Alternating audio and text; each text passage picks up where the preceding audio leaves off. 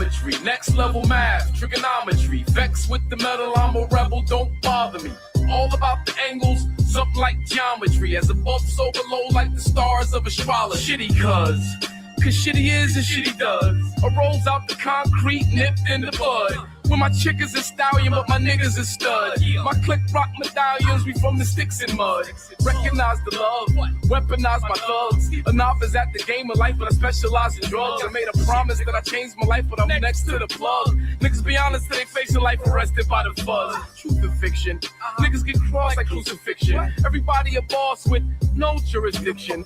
Go around in circles, lost in addiction. Niggas keep it real, but just really contradictions. When my niggas got the steel, walk like an Egyptian. When it's time to eat a meal, we cooking chalk in the kitchen. Listen, the life we live, something missing. Like the man in the house after my pop's drug conviction. It's niggonometry, next level math, trigonometry. Vex with the metal, I'm a rebel, don't bother me.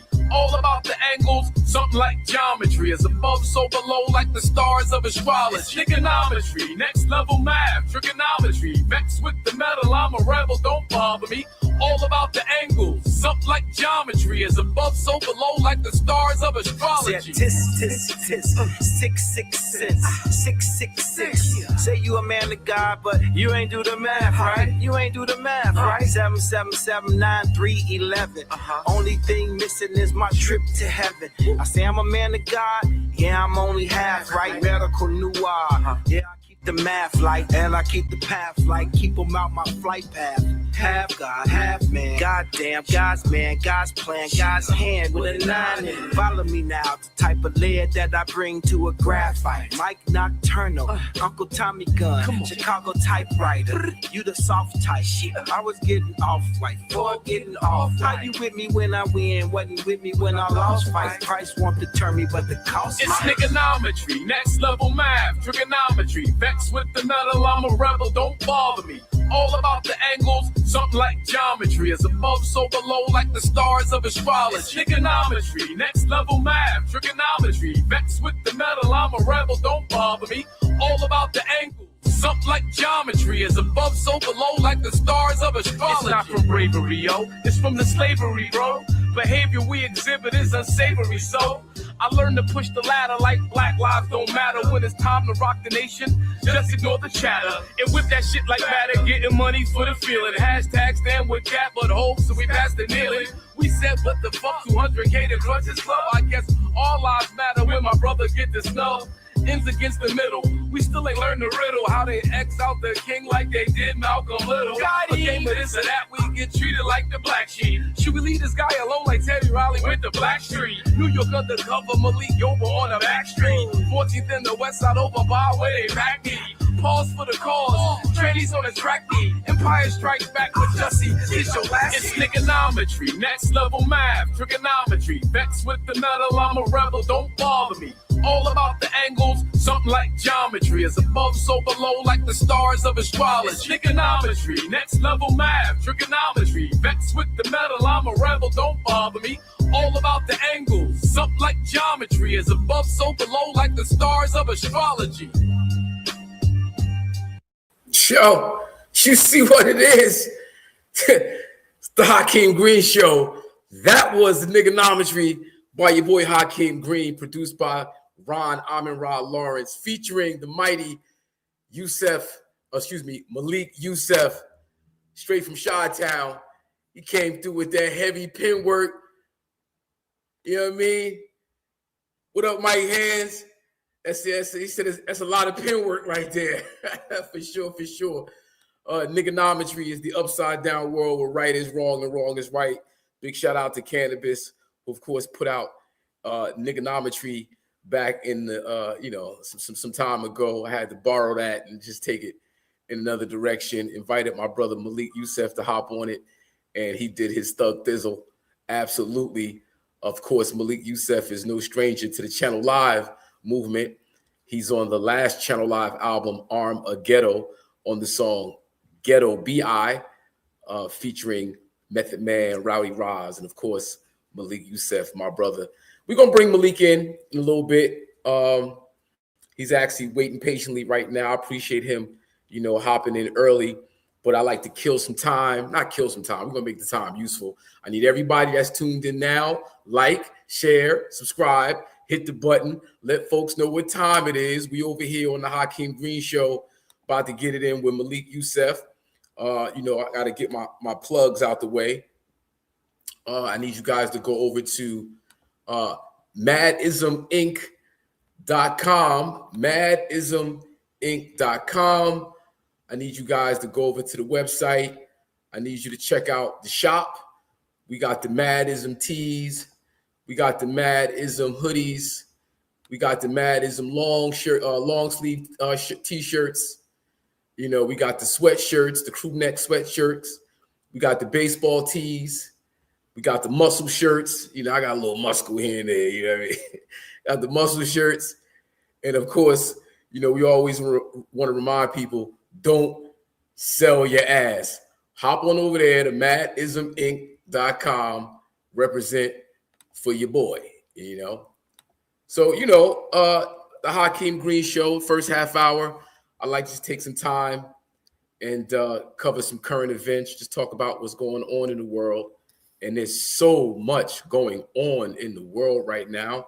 If you haven't figured it out, America has declared war or hasn't declared war. I don't know which one it is because, we got rules about our engagement with war. You know what I mean? And Congress, which represents the people, lawfully and legally is the body that declares war. And they haven't done as such. They have not declared war. So what Donald Trump, courtesy of Israel, has done is actually, against the law. They bombed Israel, a few days ago. They bombed Iran a few days ago. People are saying that the United States of America bombed Iran at the behest of Israel. And there's a lot of talk about exactly why that was done. Some people say it's to distract from the Epstein files. Other folks have their opinions as to why we are at war with Iran. I mean, whether Congress declares war or is giving the president the legal go-ahead to wage war, when you start dropping bombs on people, I mean, it's war, So, that said, I'm going to let our Secretary of War, Pete Hegseth, I'm going to let him tell you what it is. So have you tried to put a CD or DVD in your laptop anymore? Well, good luck, because today they don't come with CD or DVD. I stand before you today with one unmistakable message about Operation Epic Fury. America is winning decisively, devastatingly, and without mercy. Under the direct command of President Trump, the War Department unleashed this operation early Saturday morning, just 4 days ago, which means we need to remember two things. First, we are only 4 days into this. Metrics are shifting, dust is settling, and more forces are arriving. It's very early. And as President Trump has said, we will take all the time we need to make sure that we succeed. Second, we are only 4 days into this, and the results have been incredible. Historic, really. Only the United States of America could lead this, only us. But when you add the Israeli Defense Forces, a devastatingly capable force, the combination is sheer destruction for our radical Islamist Iranian adversaries. They are toast, and they know it. Or at least soon enough, they will know it. And we have only just begun to hunt, dismantle, demoralize, destroy, and defeat their capabilities, just 4 days in. Starting last night and to be completed in a few days, in under a week, the two most powerful air forces in the world will have complete control of Iranian skies, uncontested airspace. I hope all the folks watching understand what uncontested airspace and complete control means. It means we will fly all day, all night, day and night, finding, fixing, and finishing the missiles and defense industrial base of the Iranian military, finding and fixing their leaders and their military leaders, flying over Tehran, flying over Iran, flying over their capital, flying over the IRGC, Iranian leaders looking up and seeing only U.S. and Israeli air power every minute of every day until we decide it's over. And Iran will be able to do nothing about it. B-2s, B-52s, B-1s, Predator drones, fighters, controlling the skies, picking targets, death and destruction from the sky all day long. We're playing for keeps. Our warfighters have maximum authorities granted personally by the president and yours truly. Our rules of engagement are bold, precise, and designed to unleash American power, not shackle it. This was never meant to be a fair fight, and it is not a fair fight. We are punching them while they're down, which is exactly. All right, with that said, you know how they say there's three sides to every story? You know, there's my side, your side, and the truth somewhere lands in the middle. You know, you're getting Hegseth's side of the story, and you know, him being the Secretary of Defense, now the Secretary of War, with, you know, this administration needing, you know, the support of the American people to move forward. You know, they're going to paint this picture, you know, however they need to. But, you know, there's always another side to the story. And there's a Professor Zhang, who's a Chinese gentleman, who I've been following some time on social media, who has a keen understanding of geopolitics, history, and how things unfold. And he's got some ideas about, you know, this current state of affairs between the United States, Israel, and Iran. So I wanted to, you know, get his viewpoint on the matter. Because I think he's a very wise man. So here we go.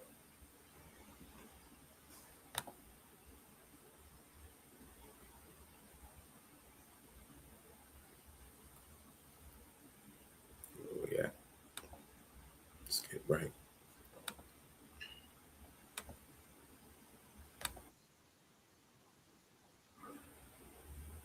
Yep.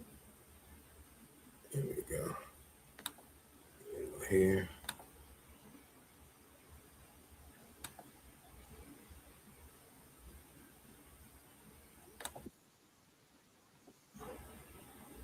What's going on here? Bear with me, guys. I'm trying to get it together. Let me do this. Stop screen. We'll go here. Share screen. Voila. Okay. No. It's not there. Should be there. We go.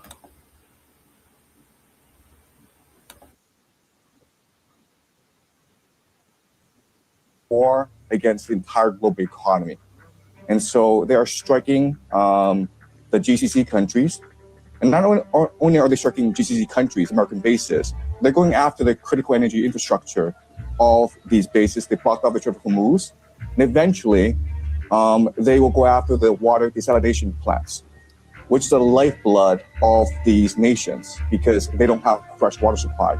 In fact, the water desalination plants provide 60% of the GCC's water supply.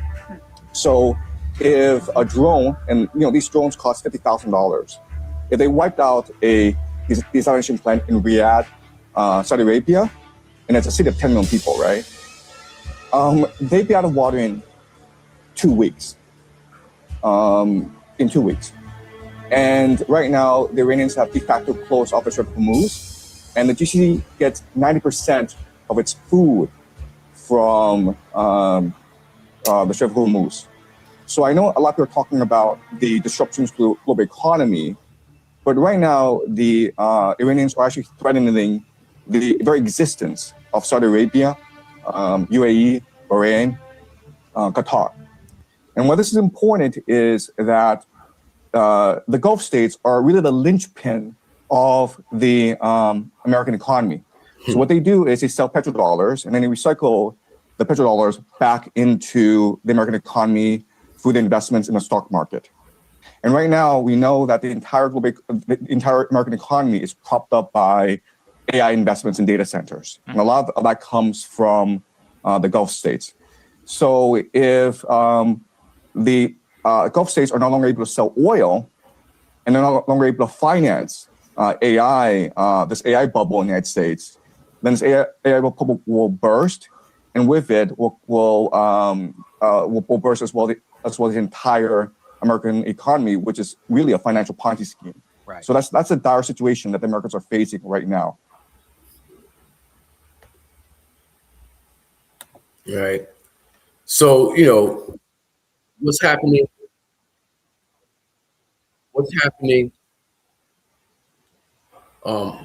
across the world, over at the Gulf states, you're looking at, of course, Israel / Palestine, you're looking at Saudi Arabia, you're looking at, Syria, you're looking at Lebanon, you're looking at, of course, Iran, Qatar, UAE, which is the United Arab Emirates. This whole area now is being threatened by war. And that's going to have an impact on the American economy because one, our dollar is propped up by oil. Oil is traded with what's called the petrodollar. The United States currency is the base currency for trading in oil, even in that region. And Iran, of course, controls what they call the Straits of Hormuz, which is it's a channel where these big oil tankers access oil and then get it out of that area to then go to China, to the east, farther east and around the world. With that being shut off and no trade and commerce coming through that area, that's going to affect the price of oil, gas. We can expect higher prices at the pump, like immediately. I'm getting word from folks around the country that they've already seen a market increase in gas. I know the other day I paid $2.69. This was like 2-3 days ago. And I can expect to see probably over $3 in the next day or two if it's not already there. So yeah, we're going to feel the impact of what's going on over there, and our economy is already in shambles. The prices of everything have been going up really since COVID, but over the last year with Donald Trump coming into power, he ran on bringing prices down, and that hasn't happened. And we all know that in order to get goods and services from one part of the world to the next part of the world, you need gas and oil. So with the price of gas and oil going up, we can expect to see that affect prices across the board on everything. And the dollar itself is becoming weakened. It's already probably as weak as it's been probably since maybe the early 70s, the 80s. But it's we can see it getting even further weakened by what we're doing right now in Iran, how that's going to affect oil and gas prices. And of course, he just talked about how the American dollar is also being propped up by AI and technology, and how that part of the world, talking about Iran, Qatar, Saudi Arabia, it's very important. That part of the world is very important to the expansion of AI and technology and data centers and access to water, and so a lot of different things playing into what's going on. Where we heard Secretary of Secretary of Defense / War, he's pretty much claiming victory already, and Professor Zhang cleared that up and no, this is going to take some time before a clear-cut winner is going to be announced. And from what I've seen from several different people, it's not really looking good for the United States and Israel. I mean, they're really kind of got us in a twist. I got a text message a little earlier from a friend of mine who mentioned that he has friends in Qatar who said that they're experiencing some difficulty in moving around. So yeah, that part of the world is kind of, a very unstable situation. And I want everybody to kind of stay locked in, tuned in to what's going on over there, because, we're going to feel the pain here. And unfortunately, maybe more ways than just our economy. So, yeah. Let me share something else with you guys. Now, we know from the last military interaction between the United States and Iran, which happened last year, and Trump ended up dropping what they call the bunker buster, and he was supposed to have done all this damage, destroying Iran's nuclear capabilities. They've been saying Iran has had nuclear capabilities for decades. Every time they want to talk about Israel, Benjamin Netanyahu, every time they want to smack Iran, they come up with, they got nuclear missiles and we got to do something about that. So last year, there was a military engagement between the United States and Iran where, we dropped these ballistic bunker busters on them and did, allegedly a whole bunch of damage. Well, come to find out, Iran has their own bunker buster missiles, and they've dropped some on Israel, and it's making Israel a very unsafe place. And I'm just going to read real quick from Middle East Monitor. The deafening wall of the Seva Adom, color red, siren cuts through the air, a chilling signal that renders Israelis in every nook and cranny to shudder. It echoes from loudspeakers, streaming through text and radio broadcasts, warning of incoming rocket attacks. In the 90-second window, they scramble to find the nearest fortified bomb shelter, known locally as a mamad, which is a residential protected space, or miklat, a public shelter. These shelters, mostly underground and reinforced concrete, are built into the very fabric of Israeli life to withstand a barrage of missiles and rockets Israeli enemies rain down on them every now and again. To an extent unparalleled by any other political entity, Israel has prioritized the protection of its Jewish population by ensuring that the construction of every building, from apartments and schools, hospitals and skyscrapers, come with bomb shelters. But this feature is not merely about having fortified sanctuaries that make society more resilient in the face of attacks. It also gives Israel's war machine a crude but lethal advantage: the ability to preemptively strike enemy states and their civilians as collective punishment, whilst shielding its own from even a proportion of the retaliatory equivalents. Iran's game-changing strategy. In the Islamic Republic of Iran, Israel's most powerful rival in the Middle East, a not-so-quiet development is well underway that threatens to upend Israel's long-held calculus. Iran, it appears, is preparing to deploy indigenously produced bunker-busting ballistic missiles capable of breaching the very shelters that Israelis have so assuredly relied upon for protection. The hardened steel casings of these missiles are engineered to specifically overcome the protective barriers of reinforced bunkers, maximize kinetic energy, and relying on gravity, speed, and aerodynamic properties to create immense pressure upon impact. Now, what happens is there's two detonations within this bunker buster. One a detonation on impact, and then it goes further into the earth, and then it explodes again, destroying structures meant to withstand, a regular bomb attack. They stepped their game up this time around, and where America and Israel kind of played their hand last year with showing, what our military capabilities were, they've been able to prepare. And, there's been word that the Chinese have been lending technology as well as other military help and services. And I wouldn't be surprised if other nations around the world are doing the same. Iran is prepared for the long haul. And, it's going to be interesting. Also, this is it's the month of Ramadan, which, for all my Muslim family in the building, we know that's a very sacred time of the year where, Muslims fast They don't eat anything during the day, and it's a time for reflection and a time for reconnection to Allah. For the United States to bomb Iran, killing their leader. He's not only the leader of Iran's government, but he's also the spiritual leader for all of Islam. And his assassination, along with his family, is reverberating throughout the Muslim world, and it's uniting Muslims throughout the world. They're not looking at this just as an attack on Iran; they're looking at this as an attack on Islam. United States of America and Israel has kind of been stirring that pot for some time now, especially under the leadership of Donald Trump.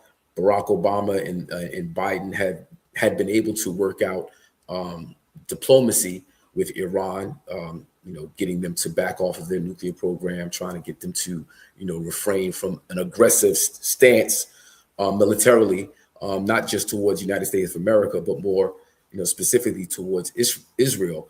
And Israel, i.e. Benjamin Netanyahu, has kind of been stirring that pot, banging the pans of war, calling for war with Iran, trying to goad the United States of America to engage in war with Iran. And, the United States of America, Donald Trump, took the bait. And here we are.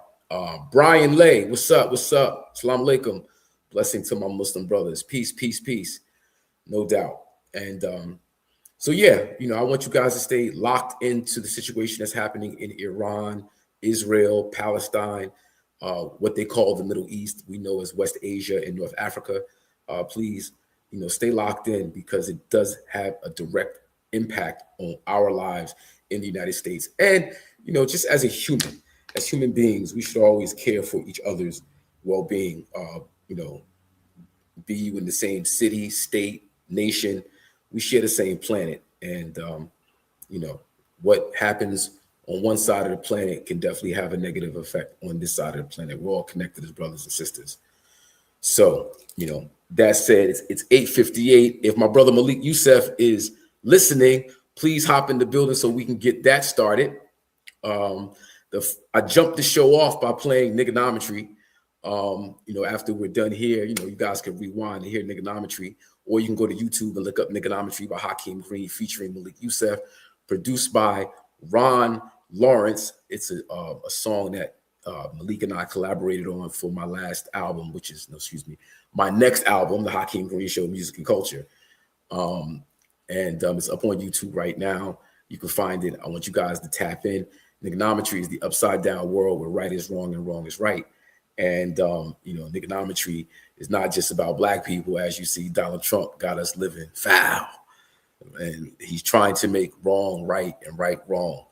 And, even white folks can exist in a state of niggonometry. Don't get it twisted. Yeah. So, I also want to remind you guys to head on over to madisminc.com. Check out what we got going on over there. I got sweatshirts, t-shirts, hoodies, Madism, of course. All we do is spark Madism. Big shout out to Primo. Big shout out to Brother Anthony. Big shout out to you guys. And Team Madism all day, every day. Best believe. My guest is in the building, so I don't want to delay. I want to get right to it. I'm bringing on multi-Grammy and multi-Emmy Award winning Malik Yusef, who just recently expanded his publishing deal with Universal Publishing. And multi-Grammy and Emmy Award winning Malik Yusef expands UMPG partnership as first urban archivist, reinforcing global music publishing and sync strategy. The brother's deep. We go back to like the late 90s. Big shout out to Carl Thomas, no doubt. Big shout out to Kanye. He and Malik used to come through the spot in Brooklyn. Carl and I had a place on Clinton Avenue in BK. And, we was all, in the mix trying to make things happen. I got the chance to lock down with this guy early, invited him to appear on the Arm a Ghetto album by Channel Live. We put him on this record, this song called Ghetto B.I. featuring Method Man, Rowdy Raz. And, Malik came through and just blazed the spot up with some spoken word, and it just he did his thing. So he and I have been friends for a long time. This is my brother from another, from the Shy, but currently in LA. Peace, God. Peace to the God. Can you hear me? Yeah, I can hear you fine. We live and direct. You clear. Live and direct. Yeah, man. So I'm just telling the people, like you my brother, Man, and I appreciate that. A strong affinity for you, bro. For meeting you off rip. I think it was like 1998, 99. Carl was working on his album. Yeah. And you was coming out to, check the God out, Chi-Town Love, no doubt. Yeah. Yeah. And that's when we first touched down. Yes, sir. And, just the essence of Chi-Town flavor. My brother right here. I like the word essence. Yes, sir. Yeah, man. What's up, bro? I'm blessed, man. Thank you for having me, man. Thanks for everybody tuning in. Shout out to all the bad kids, and all the team members that's checking us out right now. I just want to give you your flowers, man. People say give people flowers. I just want to give you your flower seeds though, because you continue to cultivate the land prior to you planting the seed. And I think that's more important than having some flowers. I think it's having the knowledge, to the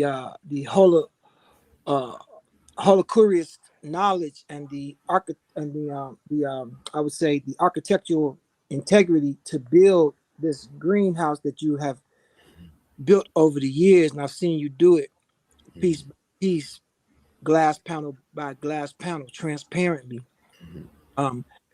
And you put me, I tell people all the time, my most dubious distinction of taking that song that we did, before I asked for a CD, I didn't even understand, how really MP3s and stuff work. I took a CD. The engineer gave me 5 CDs. I gave one to Flex, one to SNS, one to Clark Kent, one to Mr. C, and one to somebody else. And it was like, yo, can you put this on the radio? I said, that's not how the radio works, Malik, but we'll play it in a mix show. I was like, okay. And they all played it in the mix show. I wish it wasn't all on the same night, but that was my first time on the radio. That was my first on the radio in New York, first time. Wow, that's dope. That's dope, man. That's a blessing to be a part of your history, because your history and present and future is magnificent, my guy. Yeah. Like, your history is something else, rooted out of Chicago.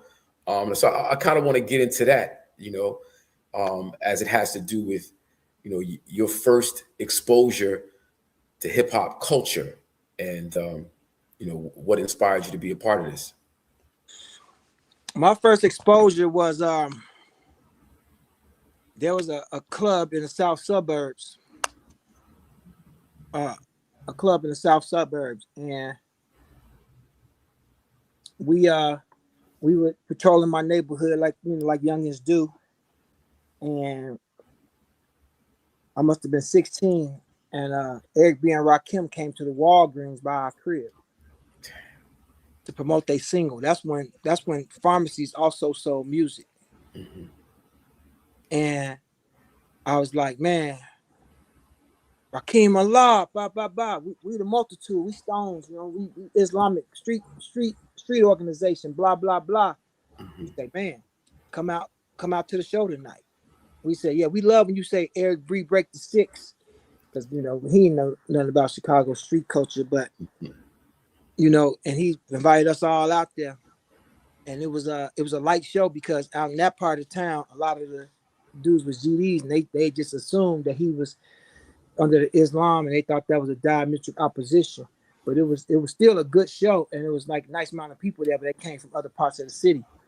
And then after we went outside, they were waiting for us out there, whatever. You know what I'm saying? It didn't erupt like it does sometimes, but so that's when I was like, man, I'm looking at all the wires and all the stuff being loaded up, and I was like, oh yeah, this is a lick right here.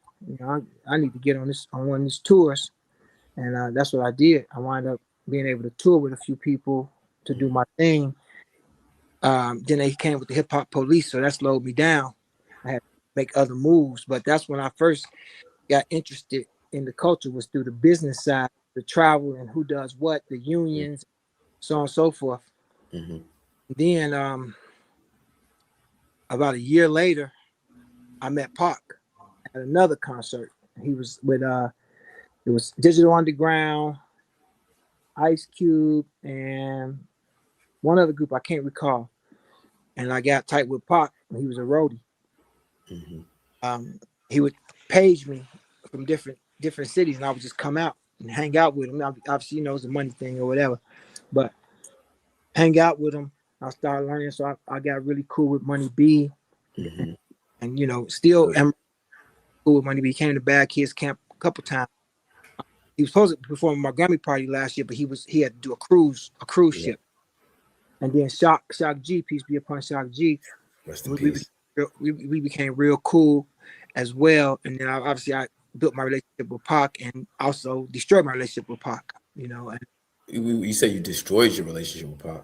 Yeah, because I was trying to tell him what to do. I'm like, man, you're gonna get killed. Because we all had interest in Pac being alive and living a long life. And he was somewhat, Pac was somewhat apocalyptic. You know, he get to the graveyard to become a legend, you know. And I didn't understand him being a Gemini until I started working with Geminis later on, that he would rather die than somebody tell him what to do and push his trajectory. He would rather die, you know. And me and Young Nobel, who passed away last year, peace be upon him. Absolutely. He said, man, seeing y'all was like seeing my two uncles argue and ready to fight all the time.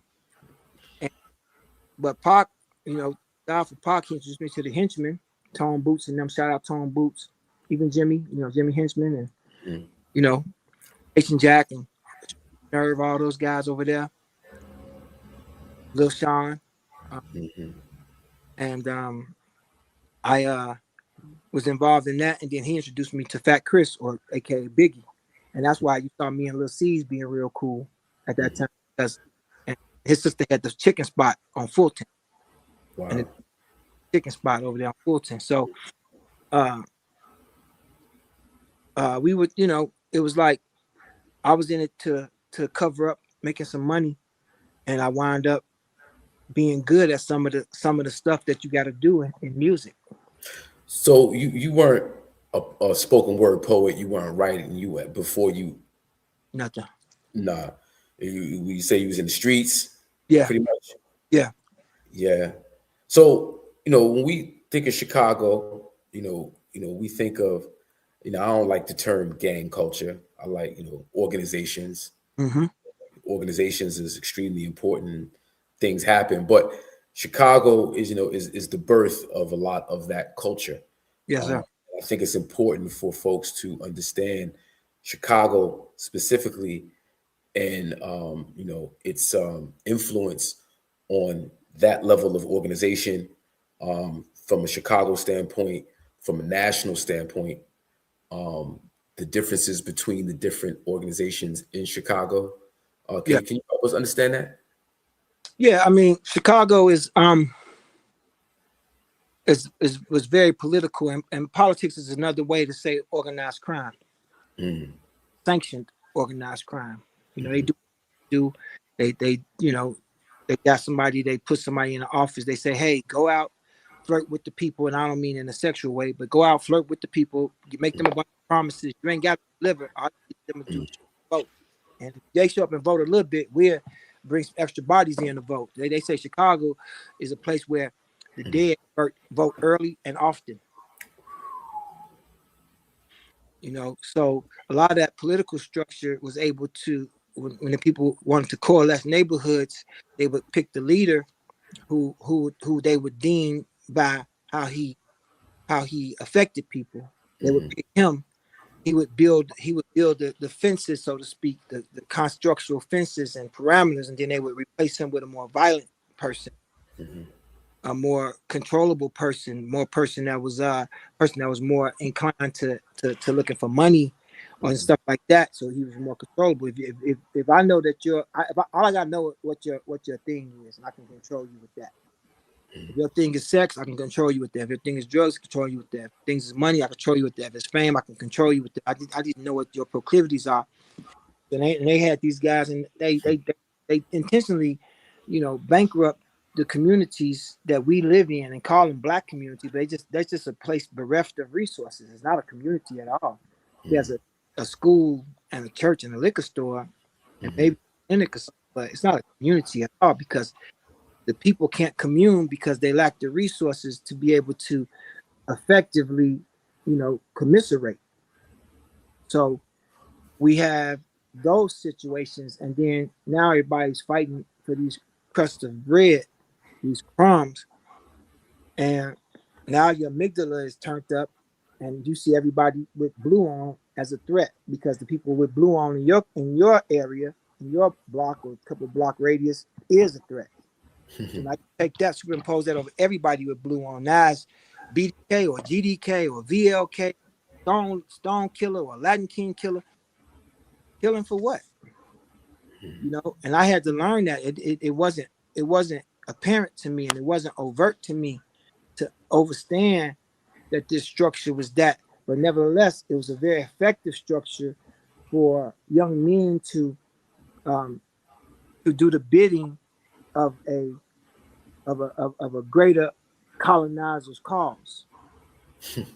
And then, but we took that, you know how it is, like they gave us the entrails of the swine beast, we turned it into a delicacy. We turned it into a culture and a lifestyle that I've made millions of dollars off of. You made millions of dollars off of just street culture. They didn't expect it. They thought we were going to tear each other to pieces, but that's not how the genome works. The DNA is designed to amalgamate. That's why people don't change. It's because they don't want to do the work. Not that they can't change. They decide not to do the work. If you're in a relationship with somebody, any kind of brother, sister, teacher, boss, interpersonal, husband, wife, boyfriend, girlfriend, whatever your preference is, and a person is not changing, it's because they are not doing the work. It's not because they don't have the ability to do so, because it's in our DNA to change. The brain wants to stay familiar. It don't want to change. It's not a change agent. It's not your brain's not made to give you your best life. It's made for you to find a way to survive and stay there. That's what the brain is made for. It's not a change agent. It does not want to do the work to change like this because unfamiliarity is fear in itself. It's like, so for a lot of people, enemy territory is better than unfamiliar territory. Well, all right. So when you say people don't want to do the change, but the brain doesn't want to change, right? I mean, you have to think about your conditions, and doesn't that spark to change come from the mind itself? Yeah, there is some change, but that's just that's the will to change. That's the will, but the will to work is different than the will to change. You want to live with roaches and rats, but the work to get to work 2 jobs and work both of them overtime for 2 years in order to get the down payment to move to the next community over where that's lacking roaches and rats is unlikely to happen. That's why people they want you to be a creature of convenience for them. They want you to accept what they give you. That's how all humans are. Hey, I'm good at making bread. Come here and get some bread. Don't ask me for no meat. I'm probably not going to go and do the work to get meat. I'm not good at that. And we say hard or easy, but it's just familiar and unfamiliar. You feel me? Just familiar and unfamiliar. So when the brain, so just think about this. The body is an antenna. It's constantly transmitting and receiving data, information. We call that feelings. When it comes into the body, when data comes into the body, it's a feeling. Because you don't have any way to translate it because it's not words. It was coming from, but you picking up things that's in the ethers, that's in your biosphere. This electricity, the whole body is what Prince said, dance electric. When you're alive, you're electric. So when you have a thought, it changes the channel and frequency on your electricity, your output, and what you allow to come in too. So when the brain is stuck in survival mode, which we all are in survival mode, the brain, all people are in survival mode. That's why we can't pathologize stuff that's just naturally human. To be afraid to change, we can't pathologize that, but we can say you're not doing the adequate work to augment that. Oh, this is how I am. I just don't like people. Well, that's not the case, because if you didn't like people, you wouldn't survive. You wouldn't have survived on Earth. You figured out a way. You figured out a system of survival. You know, the illusory truth effect. You know, those things like that we deal with, and we think that this shit is real. Like me growing up, didn't have much faith in myself. You know, didn't believe in myself. My mother was extremely abusive to me and negligent in all the ways you could be negligent to a child, neglectful, but also she withheld love. She withheld love from me, which what every kid needs the most. That's right. So you think about why you quit good things, right? The reason why we quit good things, we quit good habits, is because they work. You know, if your leg is hurting like mine is now, and I've been exercising slowly and surely every day to get it back work in order, you know, the fracture heal itself, the dealing with the micro tears of my ligaments and tendons and the muscle. But it's easy to stop when it feels better. But you're not better yet. You're not healed. You're healing, and we all are always healing. So you think that I'm always healing. You'll never stop. You'll never reach a destination point. And a lot of people, they do that. They reach a destination point where they just feel like, hey, I did all this. I'm tired of doing it. I don't want to do it anymore. You know, because it worked. I don't feel bad anymore. That's why we quit good habits. You just broke down something that I always say. I just say it in a different way, and maybe you can expound on it, right? It's a specific term that's, you know, in the Black community, and I think it's been a hindrance to our community and our growth and development. Mm-hmm.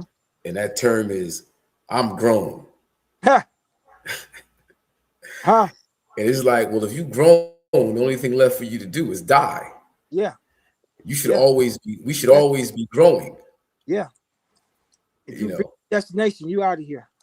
Yeah, if you got to the destination. Yeah, you finished. Your journey has come to an end. Yeah, absolutely. You know, you get to 16, 17, 18, 19, you start hitting people with that I'm grown. That you out on your own, you making your own money, you hustling, you getting it, however you getting it. You know, but you quote unquote taking care of yourself. But we know from science that the frontal lobe isn't fully matured until you're like 25, 26 or something like that. Yeah. You know that can be retarded. You know, I mean retarded, not in the way of like I'm retarded. Yes. Stop. I am. Yep. I feel you. Yeah. It has a problem with activating and growing when you are under extreme stress and trauma, and you grow up without anybody challenging you to be better, or you just don't have that part where you understand consequences. You do what you feel like doing, but you don't want the consequences that come with it. And that is in itself insanity, because for every action, there's an equal and opposite reaction. That's right. Reaction. People just they don't get that, you know. So I mean, you know, the moment that it starts working is when people quit, though. You know what I'm saying? You know, because it's not,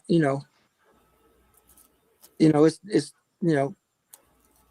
this is a thing where people, they, I would say, accidentally stop because they feel better. Like, I don't have to do it anymore, so I can conserve this energy, And when we, like in the street, when you're gonna always be part of the Menob. If you're from Chicago, you're gonna be who you is all the way through. But the activity, you ain't gonna be out here gang banging anymore, in a literal sense. And if you do, you're making a mistake.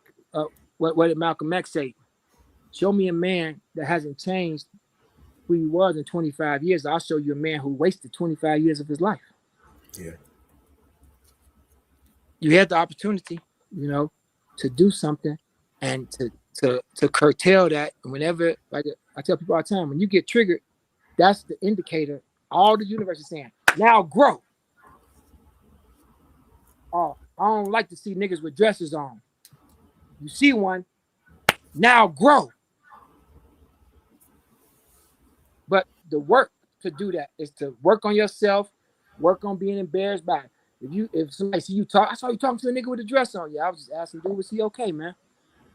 I'm asking them, were they okay? And it takes a lot of courage to do that. A lot of courage. A lot of work. That's what courage is. All things good are work. Everything that's bad is easy. Screaming and hollering and yelling and losing your temper and shit, that's easy to do. Ain't no work involved in that, but it ain't gonna get you it's gonna get you the wages of sin, which is death, which is dying. Whatever you put that energy on, it's gonna die. Your job, your career, your car, your relationship, it's gonna die. The growth is the hard part is. I'm gonna need you to go in a little deep on that. Okay. So here's an example.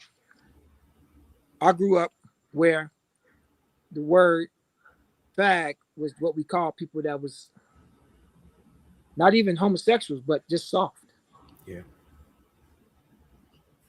Because we thought everything that didn't fit our idea of masculinity, which was passed down by the colonizers, was gay. Hey, and if you're gay, we don't call you a gay, we call you a fag. Not understanding that none of that shit is real. Most of them dudes that sell you this machoism, they like men anyway. They was homoerotic and homoromantic, which is nothing wrong with that, but they're giving you this edict on how to treat people who's just living their life and doing their best to live their life based on who they are at that moment. Mm-hmm. And if you're really strong and tough and a gangster, you're supposed to be protecting that person, not assailing them. You know, and I had to learn that. It took me a long time to really figure that shit out. I was almost grown. I was almost 21 when I figured out, hey, that ain't how you supposed to care.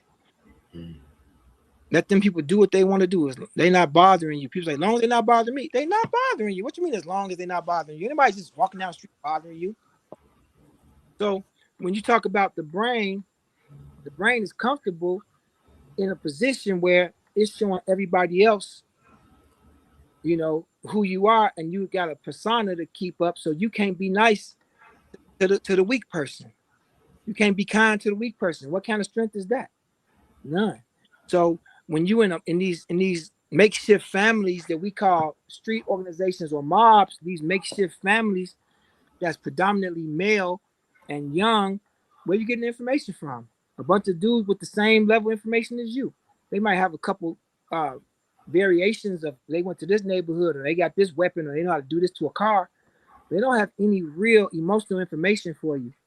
You know, I've been learning more and more. Any argument, if I'm doing something wrong, I'm gonna apologize. If I haven't done nothing wrong, I'm not apologizing. I used to apologize just to keep the peace. That's ridiculous.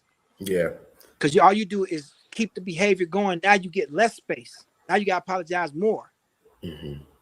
You know, so I learned that. But if you are wrong, apologize profusely. And that takes a lot of courage too. To say I'm wrong. Because your persona is that I'm right. Yep. We don't love and appreciate wise men because they get everything right. We appreciate them because they're always curious. They're always learning. They're always accepting new information. That's what wisdom is. Wisdom is not being correct all the time. And we've been taught that. That man, he know the answer. He wise. The real wise man is asking the most questions, not got answers. Yeah. It's funny. I had a conversation earlier where I had to apologize for something that I've been actually holding on to for years. And, you know, finally found the space to exhibit that courage. Yeah. That I was wrong. That I was wrong. Yeah.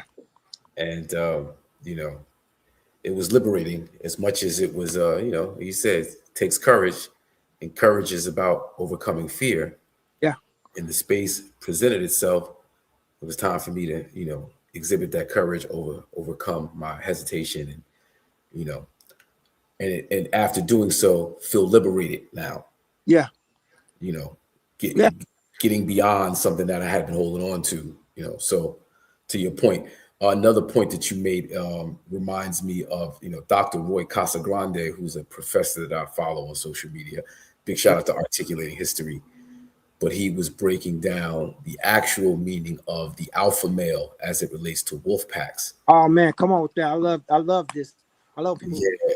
And he goes, the alpha male as it is portrayed in, modern society, being the dominant male, the oppressive male, the strong masculine, I put my stick down. Right. And he said that only happened because they took wolves from different clans and put them in the same space. So wolves that are in captivity, where you're fighting for space, you're fighting for domination, you're fighting for an artificial environment but wolves out in the wild, the alpha male is the one that protects the weaker. Protects the seniors, protects the children, protects the weaker. That dominated wolves are very loving, very communal, very accepting to wolves that are in their, under their care. But clarifying what the alpha male is, actually, I think you just did the same thing. And more of our brothers need to hear that. Give them a different perspective of what it is to be an alpha male. Yeah. I think that also the alpha female, what they don't understand is the most nurturing as well. One is protecting and one is nurturing. So you got the outside and the inside. So now you raising healthy, strong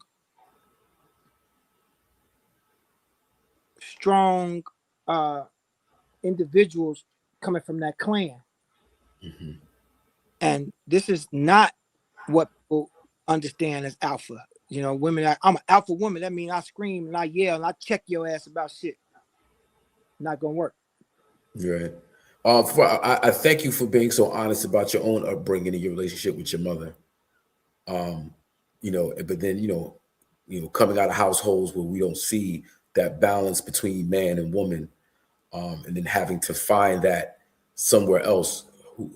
How'd you find this understanding? Was it reflecting on other people in your environment, or was it just introspection, or combination of both?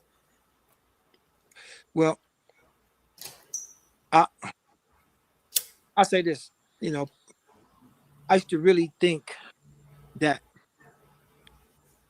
my mother was my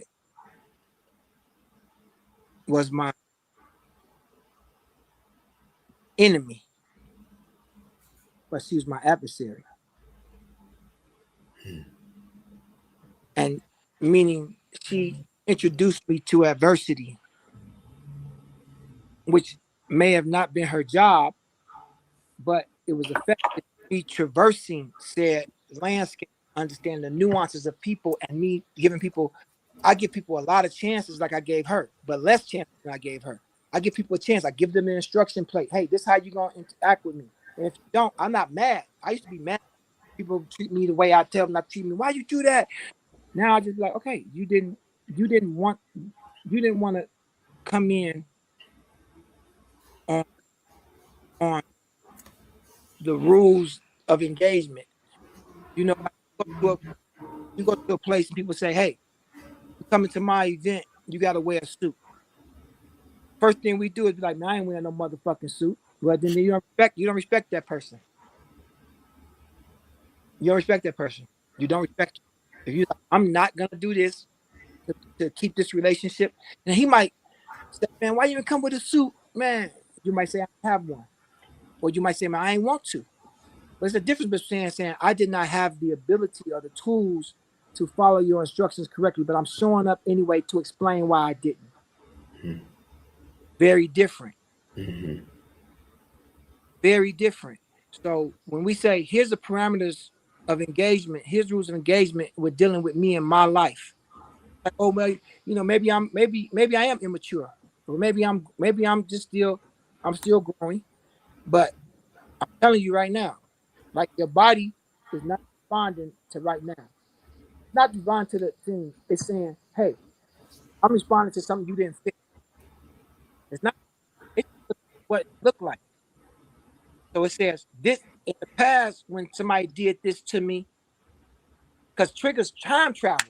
The triggers come from kindergarten to right now. They come from 3 years old right now. Triggers time travel. They time travel. They don't give a about what's happening in your life right now that you fucking HAKIM Green. They say, hey, motherfucker cut you off in traffic. They was trying to play with HAKIM. You jump out with your thing and get to blowing at their car and ruin everything. Because we are the ones that ruin us more than anybody else. 98% of the things that's been done bad to you has been done by you. And I'm saying 98% based on the amount of hours you've lived. 98% of the hours that have been bad for you are due to you and your attitude, your action. We program our brain with how hard against force. And then when somebody creates a space for you that's safe to learn, guess what happens? Guess what happens? You fail because you didn't work. Nobody's testing you. Nobody's testing you. Nobody's testing you with a storm. The storm is just coming. You would fail all the time if like testing you. Find how you deal with. He said you're gonna fail all the time if nobody's testing you. Nobody's testing you. Nobody's testing you. Your life is responding to how you think. Your life, your body is responding to what you expect to happen. If you expect for yourself to be, to be a pushover, you're gonna be a pushover. And people are gonna run you over, then you're gonna get tired one day, and then you might go another direction. But usually they keep doing it. They keep worsening the intensity. Mm-hmm. Your job is to cut it off. No matter how afraid you are of losing that thing, that person, that job, that record deal, whatever. Mm-hmm. That don't matter. You didn't get to this position where you can't control where you hate all the BDs overnight. It happened little by little by little. Wait a minute, repeat that one more time. You said you can't get to a point where hate all the BDs in the world overnight. You can't get to a point where you hate all the Crips, all the Bloods, all the Latin Kings overnight. Mm-hmm. It's one expectation over another. One expectation over another. That default mode will bury you, and you won't be able to keep anything of substance. The default programming, you have to change it yourself. But then your body will catch up with it, and then it'll force the brain to do the thing that's needed to be done. Mm-hmm. When you're in a situation where you can't control something, like say for instance, you at the club, right? You got your best outfit on. It's made out of white suede, and then it torrential downpour, and now it's mud everywhere. So in order for you to get to your car, you got to walk through this mud. It's your all white suede outfit. You can't control the storm. You can say, hey, check this out. I'll catch a cab from in front of the club. Read this here. This outfit is $12,000. Even if they tow my car tonight, it's only $100. But you got to be able to think that. And that's training your to not be responsible. That's why I'm arguing me. Your volume is, your mic is clipping, and I don't know, maybe you need to get closer to the mic. Good. That better? Mic check 1 2 1 2. Mic check 1 2. Yes, that's better. Okay, my fault. No, yeah. So I was saying the white suede suit. It's $2,000 suit. Your car is parked in a $30 parking space, right? A cab home might be $100, and to come back and get your car might be another, because it's daytime, might be another $30 and $100. If they tow it, it's $100. So that's $330 as opposed to fucking up and getting mad at the storm and fucking up an all white suede suit that costs you $2,500. That's a mistake. That's a huge mistake. But that's yourself all the time when you say, "Oh, this is going on. I hate that this. I need that." There you go. Hey, can I wait another hour? Can somebody else go get it for me? Hey, dog, let me give you $20 to pull my car up for me. Yeah. Think your way out of a situation as opposed to just responding to the conditions of it. Exactly, because what you're doing is feeling.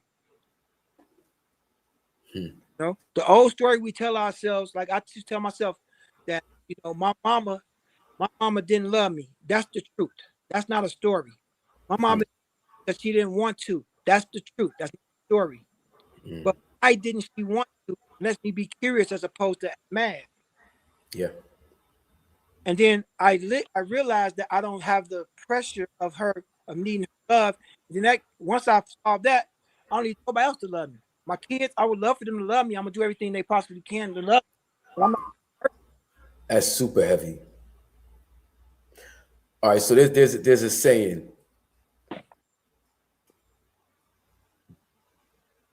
Don't have expectations to avoid a disappointment.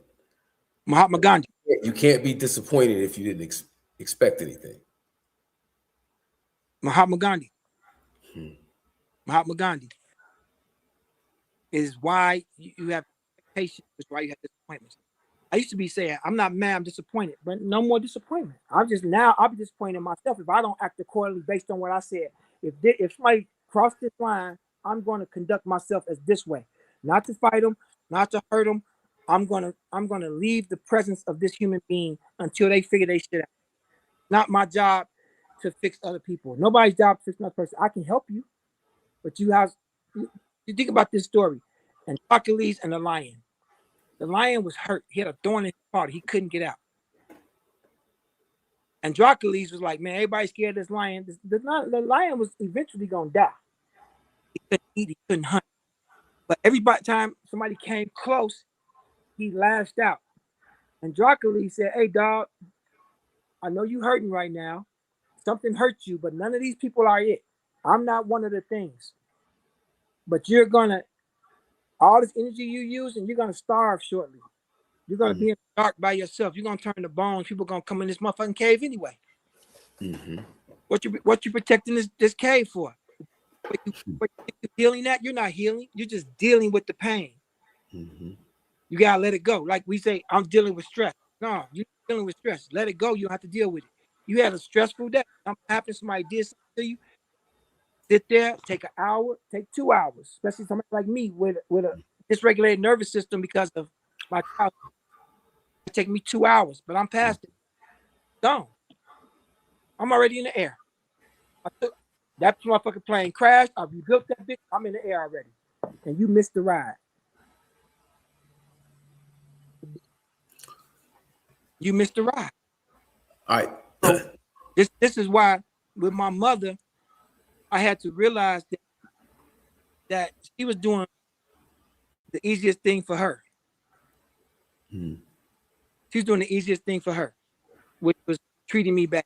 Easiest thing for her to do. Wasn't the best thing for her to do, though. See what I'm saying? The easiest thing and the best thing is not the same thing. My mama did the easiest thing to do, which is not to love me, whatever circumstances, going too much into her own personal traumas and shit and family traumas and shit. That's the shit. But if she wanted to at any given time to do the work, she possibly wanted change. People want change. People don't want their circumstance, but do you also want to do the work? I can't tell what happened an hour ago or 2 minutes ago. I can't change. But I said 2 minutes ago I can't change. I can come back and correct it, but right. So that conclusion you came to, that was totally from introspection, or were there any people around you that you were able to draw off on? Say again? The conclusion that you came to in terms of how do you move forward with your own life, right? Was that through introspection and just what was going on between you and your mom, and you just rationalizing how you were going to deal with it? Or were there people around you in your environment that provide some type of an example, inspiration?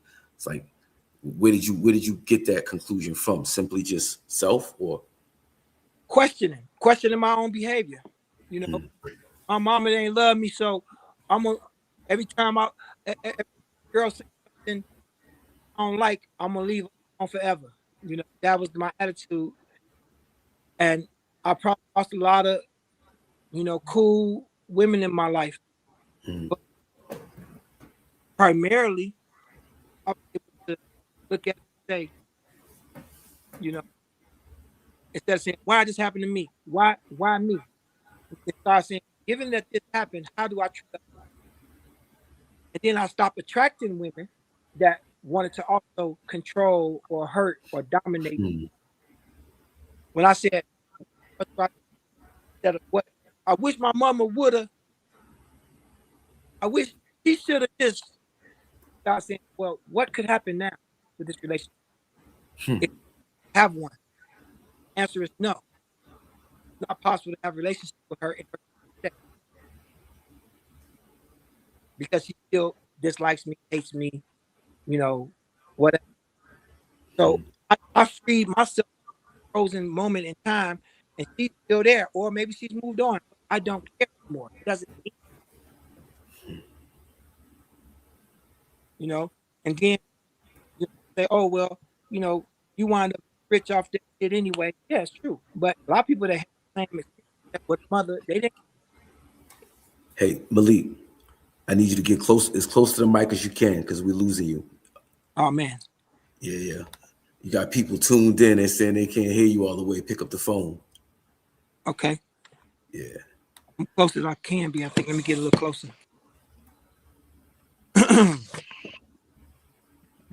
Is that any better? Yeah, you were good for a while. I don't know if you backed up off of it. Yeah, I backed up. Yeah. But you got people in the building. Langston, Burton 491. Yeah. Says love you, OG. Yes, sir. Jose brother. Melendez is in the building. Peace. Jose. You know, Bad Kids Class is in the building. Oh, the Bad Kids, you know, we up and turning, you know. We up and turning, bro. Yeah. So all right, so what's Bad Kids Class about? Not to go off on a tangent, but no. Bad kids is, you know, like people that we call bad kids is usually the people that we need in this world that's gonna break tradition. They're gonna break from tradition. I found something, man, that the most masculine motherfuckers I knew, the toughest, strongest, was also some of the softest motherfuckers and most easily led or misled motherfuckers. They the most likely to go to the army or listen to other men and let other men dominate them and tell them what to do and how to treat women and shit. And the dudes that's the most feminine, like myself, that like pink and I wear hair wrap, I'm the most rebellious because I'm not going with the norms of what a man's supposed to be and all that goofy ass shit. I'm not going with that shit. And that's what Bad Kids Camp is, Bad Kids Class. When I found out that Kanye's job was going to be famous, I said, hey, bro, we got to put a structure together to get these songs written because you're going to be famous as fuck. And you ain't going to be able to do all this writing. You just pour all your life into this first album. For a second album, you're gonna need us to aid and assist you. Not that he really needs it, but while he's being famous, he can't also be the musician that he wants to be. So he has to turn one off and turn one on. And we need him to be more famous than we did him to be a musician. So Bad Kids is an extension of that Donda exercise. And I took it and said, hey, and we've written for Kanye. You know, we've written for Drake. We've written for a bunch of people. Beyonce, Rihanna. We've done the rituals of writing and producing for people. We're working on Coi Leray right now. Nice. Big Sean, Vic Mensa. We're working on a movie soundtrack with Paul Maybaum called The Professional Kid. We got another soundtrack coming next month, Step Up to the Plate.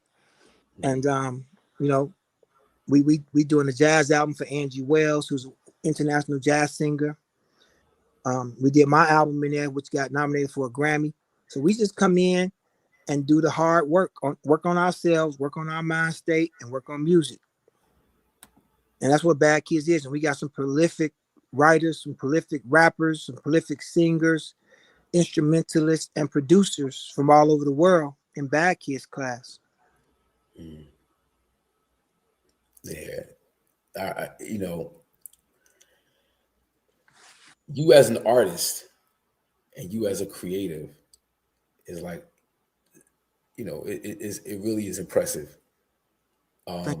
It's good to see, because when we talk about the culture and the culture of expression, and not just being an MC or a spoken word artist or a dancer or a DJ, but really encompassing like the entire culture of it. You know, your impact on fashion is another example. Yeah.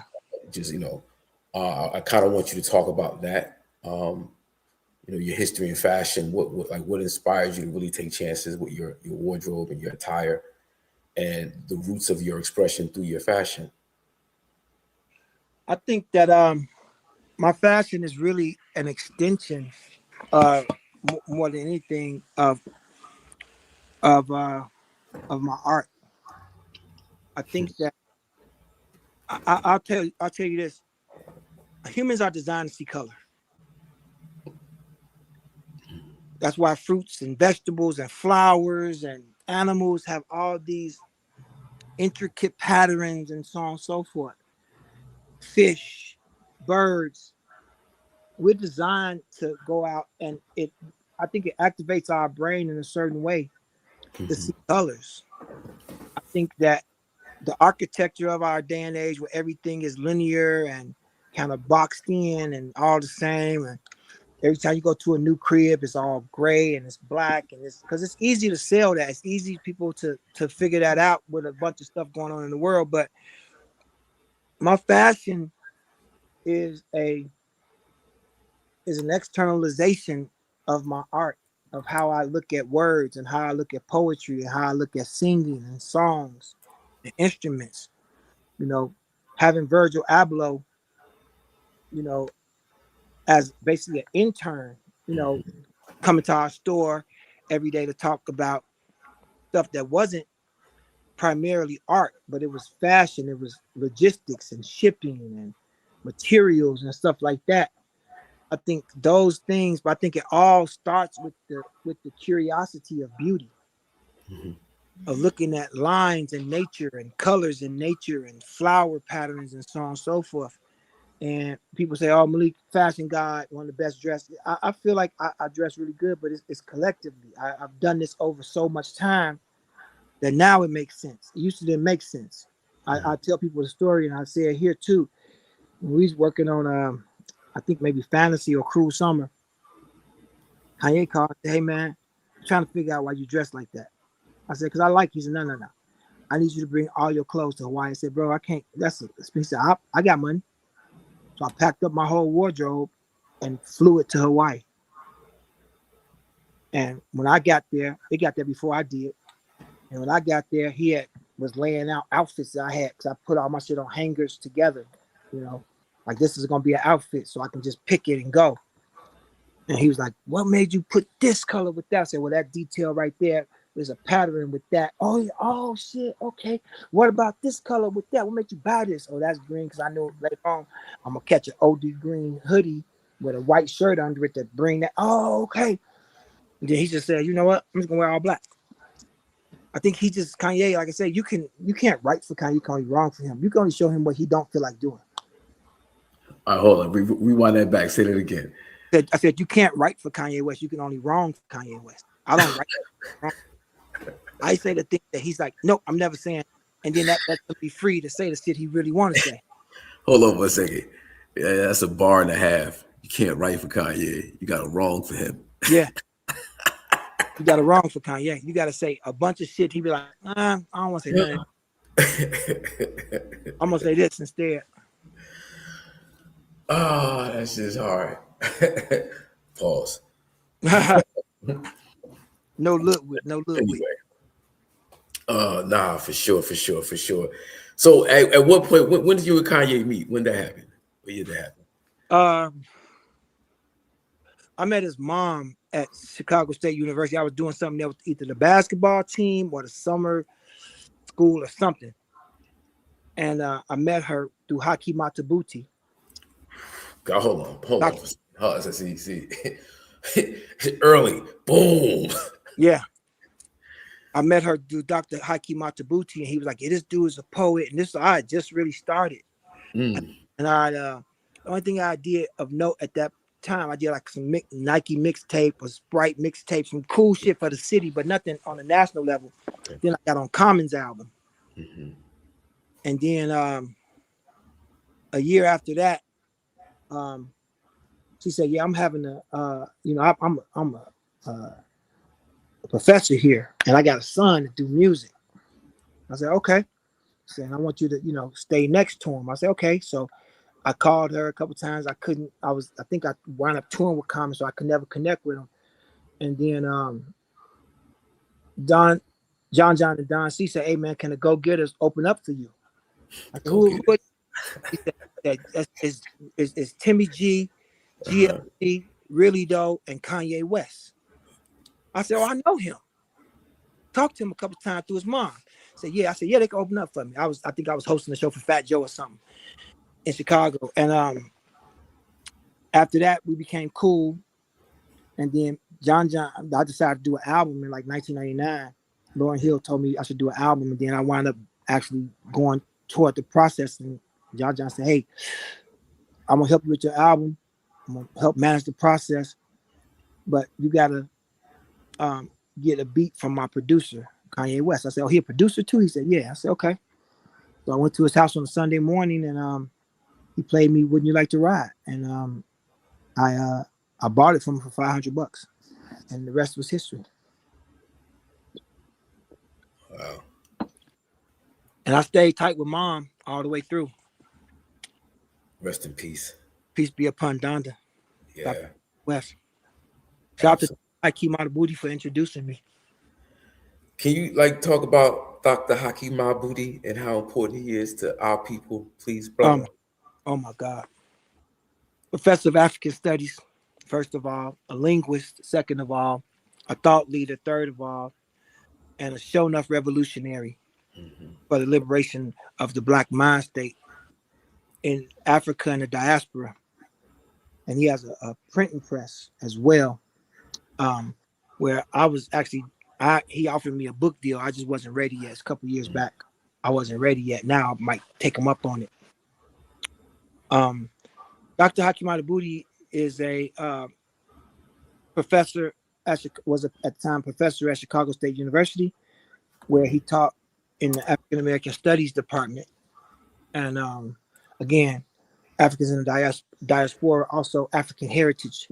And his elevation of young minds is uncanny, because we haven't seen men step into that gap and say, this is who you are at the core. I understand you got to get money for rent. I understand you got to hustle. I understand you need a car. I understand you want to look fresh so you can go on dates. But at the core, this is who you are, and build from that core. Go to the source. It's sorcery, sorcery. And it's breaking down who you are. I remember you put me onto the book, The God Gene Decoded. Baba knew. Yeah. And that was important for me, because that's exactly what it is.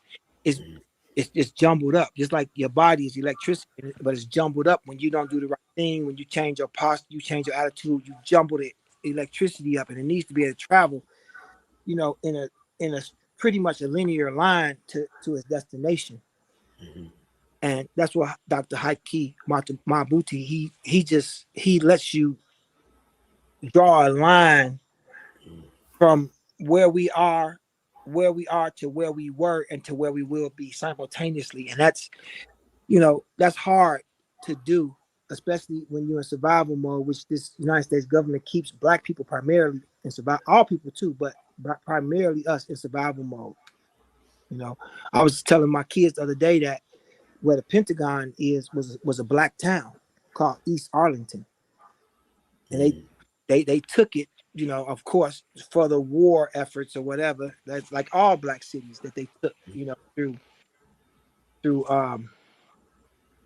through different laws and different reasons for wars and stuff to see in black culture, because they didn't want white folks to see it, because they really trying to trick white folk more than anybody, because they don't want you to ask for your whiteness. They'll give you hate. They'll give you the word nigger. They'll give you, you know, police brutality that you can exact upon people, but they'll never give you equal whiteness to them. White people that consider themselves white people, they don't know that. So when you look at somebody like the doctor, he's telling you, hey man, don't believe this bullshit that was a bunch of grass skirts. If Africa was so fucked up when they made it over there, how'd they get their culture? Because they didn't come over there dressing like that. They ain't come over there with soap. They ain't come over there understanding roads. Also, too, in the Metro Netra, you know, Menin is the god of paved roads, 8,000 years before contact with Europeans. So Africans had paved roads. When you go, I'm sure you've been to Africa. People that have been to Africa, you go through certain parts of Kenya or the road to Benin, and you see divots, huge ass divots, like somebody dropped a boulder or something. That's a bomb. They blew up those paved roads. Yeah. Those paved roads. I'm like, why is this thing? Oh, that's been there forever. I'm like, nah, this don't make sense, fam. We in Kenya, and you got a road with the whole side of it is blew up. But who dug this hole? It's not possible. The rain ain't just eroded to a hole like that. That's just sitting water. It's not running water. It's not rushing water. That puddle is stagnant. It ain't gonna just over 1,000 years just, and y'all just, this is cool. No, sir. We had paved roads. We had electricity, because electricity, we know that is. If you ever walked across your grandmama's carpet with your shoes on, you know electricity in the air. Yeah. So we're like, well, Africans had electricity. Where the wires at? No, that's colonialism. The wires. It's to promote all the companies that make wires. To your point, right? You know, I say to people that on the low side of things, the original man is 250,000 years old. On the low side. On the low side, right?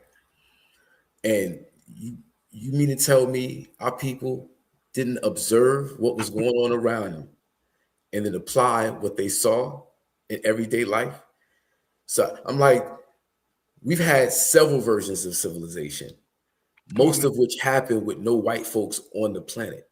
At all. They weren't even here yet. Weren't even here yet. Right. The foundation of everything starts with the original man and woman on this planet. And it just amazes me how we discount our own greatness and our own genius as if we need somebody else to, you know, it's like this whole thing is a marketing campaign. From Tarzan to Africa got discovered, as opposed to we was out moving around with ships and flying and vessels that fly as well. Get the fuck out of here, man. Even Abraham Lincoln said that the most of the world is dark or swarthy or ruddy, except for the Saxons and the English, and they used to be that. Yeah, no, they're a very new genetic mutation that only goes back maybe 6,000 years. Maybe very new. Maybe 6,000. The Russians was black. Everybody was dark. Now that don't mean good. There were still wars. There was still torture. There was still famine. Don't mean you good. But let us be equal bad guys and equal good guys too. It's like y'all good guys and bad guys. Y'all get to be the bank robber and the police on TV. Let us be the same thing. 360 degrees, bro. Like, you know, why we only got to be this? No, we way more than this. We this too sometimes. we that a lot of times, but we also a lot of other things. No question. You know, for sure. But Chicago, though, you mentioned earlier, brother, by the name of Vic Mensa. Yeah. Can you talk about that brother and what he means to the culture? Because like what he's doing in terms of not only his music, but the way his he speaks a certain language and gives people a certain level of information that his generation especially needs. And I think he delivers it very well. So talk about Vic Mensa, please. I mean, I can't speak enough about, one of the biggest bad kids, which is Vic Mensa, one of the original bad kids. We've been in bad kids camp for hours in his session, sitting there with the Zoom on, coming up with stuff from a musical standpoint, but also him being somewhat of a protege of mine from a analytical standpoint, and how you analyze yourself and juxtapose yourself with society. He's taken, he's tapped into his Ghanaian culture. He's tapped into, who he is as a Black man growing up in Chicago, a Muslim, a Stone, a rapper, a producer, a singer, a fashionista, and he's merged all those realities into one that is beneficial for the people, like you said, beneficial for the community, beneficial for his generation, and being with him, Hov, seeing him move around, how Hov respect him, being with him in the studio with Ye, being with him in the studio with Pharrell, with No ID. He's always been, on some growing man shit. Not grown man, growing man. Always been on some growing man shit. I met him when he was 17. Yeah. 634 now, maybe. I met him with kids these days, and I came to his show.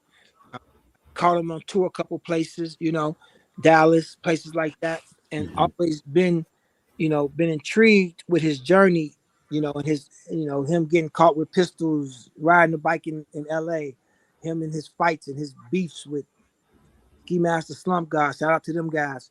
And he want to fight for real. They saying, hey, bro, this is entertainment. Bam, this is entertainment. You're not showing you tough by fighting us. Oh, wow. Get money, man. Get on some money, Vic. And let them, also being kind, and also knowing that they get no money. Why would they stop to fight you? For what? What for what, Vic? And he had to learn that, He had to learn that this is the entertainment industry, but also you can supply people with vast amounts of information and then leave it up to them to do what they will with it. Yeah. So I just love Vic, him flying around, and he went to the airport with a pistol. I'm like, bro, you got it. So you telling me shit I don't even know. I'm just seeing the positivity. I like the political stance he takes. I like the way he challenges these motherfucking social media cats. I like the way he, I respect that. Like, he stands up for a lot of good shit. Now the other shit, I ain't know about that. He grew to it though. Uh-huh. He grew to it. You know what I'm saying? I had him on that CNN episode because he won the Stones. I only had one Stone on that with me. In that meeting with Dirk and them on that CNN episode, Chicago, and he comported himself well, but he was a little high strung at the time in those days, and he's a lot more, I guess, more settled, and more, I would say, more stoic in his application. Yeah, but absolutely. He's a growing man, and getting in fights all the time was part of his journey, and the karma will deal with that, and he will deal with his own karma. One thing, karma ain't the Karma Cafe ain't got no menu. For sure. Put there. It's only what you sent there. But you said Karma Cafe ain't got no menu. No menu. It's only what you consumed and put there.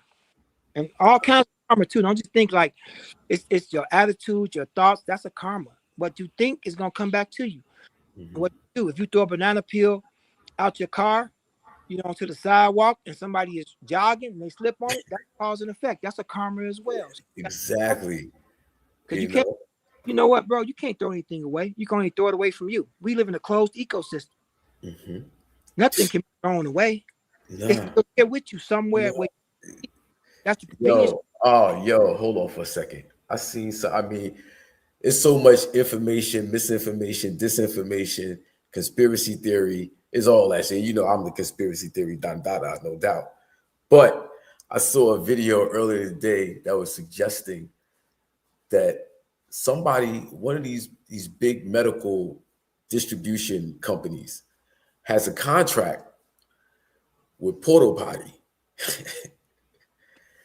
And there's certain human something human genome that they need to get from the feces in order to create this medicine that they selling the niggas. I was like, wait a minute, hold on for a second. So you're giving away your DNA that they can recycle and then sell it back to you. I was like, yo.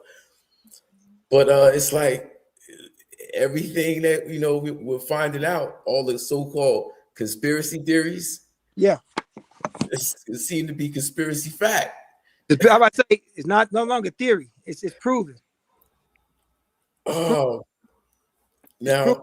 You know what I'm saying? So I've long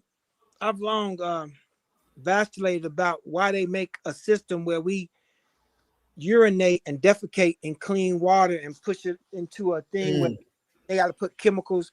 I think the goal was to put the chemicals in the water, and they use that for an excuse because humans for a very long time didn't defecate in water because the water don't need your feces because you consume organic matter. You got to put it back to the earth. Boom. Most places, what do you call it? Manure is fertilizer. It's just fertilizer because it's protein. It's a cycle. It's a cycle. It's a cycle. Mm-hmm. Mufasa said it to Shorty. Mufasa said it to Simba. He said the circle of life. Mm-hmm. He said the circle of life. He said all creatures are brothers, or brothers and sisters, but in them 93 it was brothers.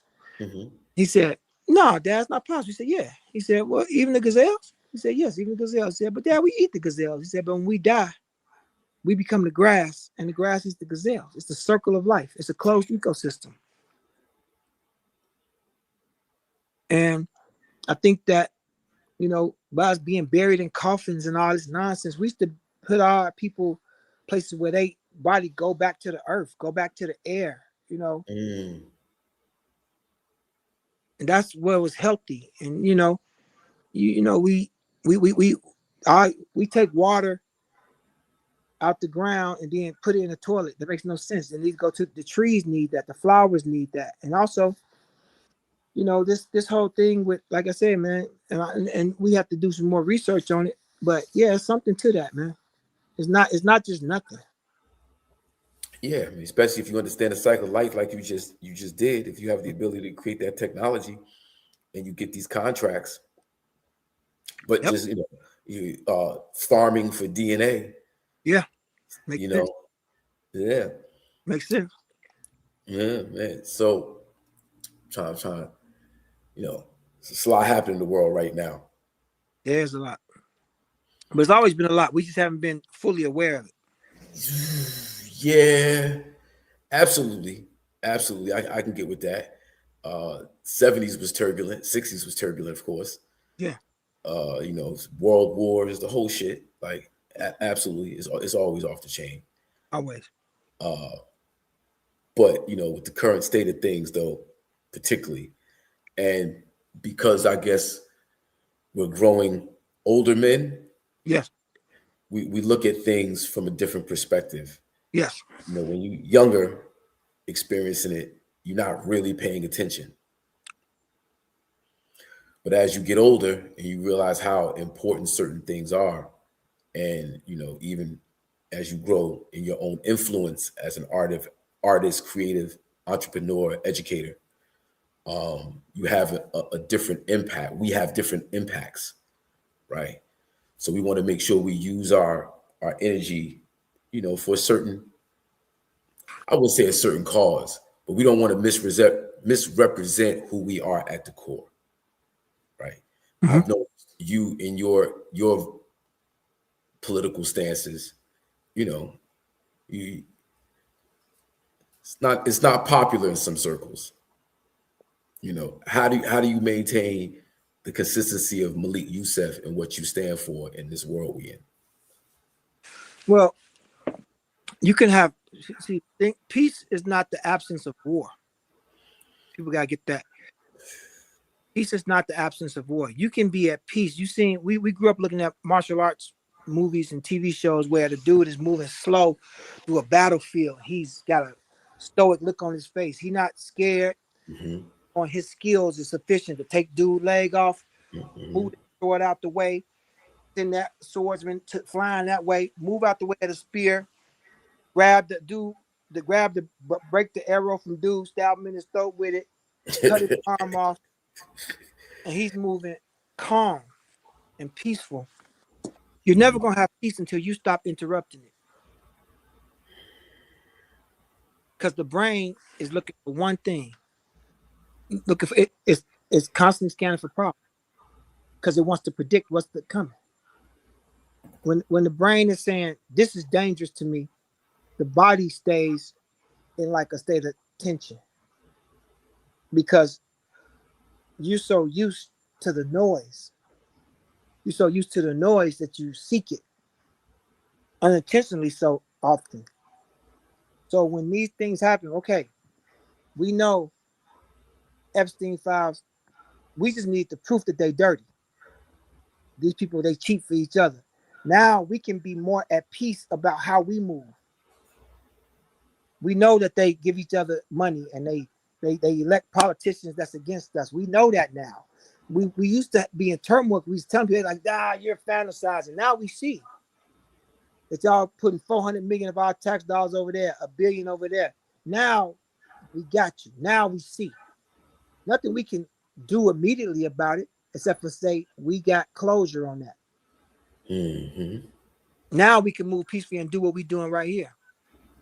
And now we can say, okay, look, to counteract that, let's do this. Okay, this is the law that is available right now. We can utilize this law. They're going to utilize it, to the fullest. We're going to utilize it 30%, but 30% to us is life.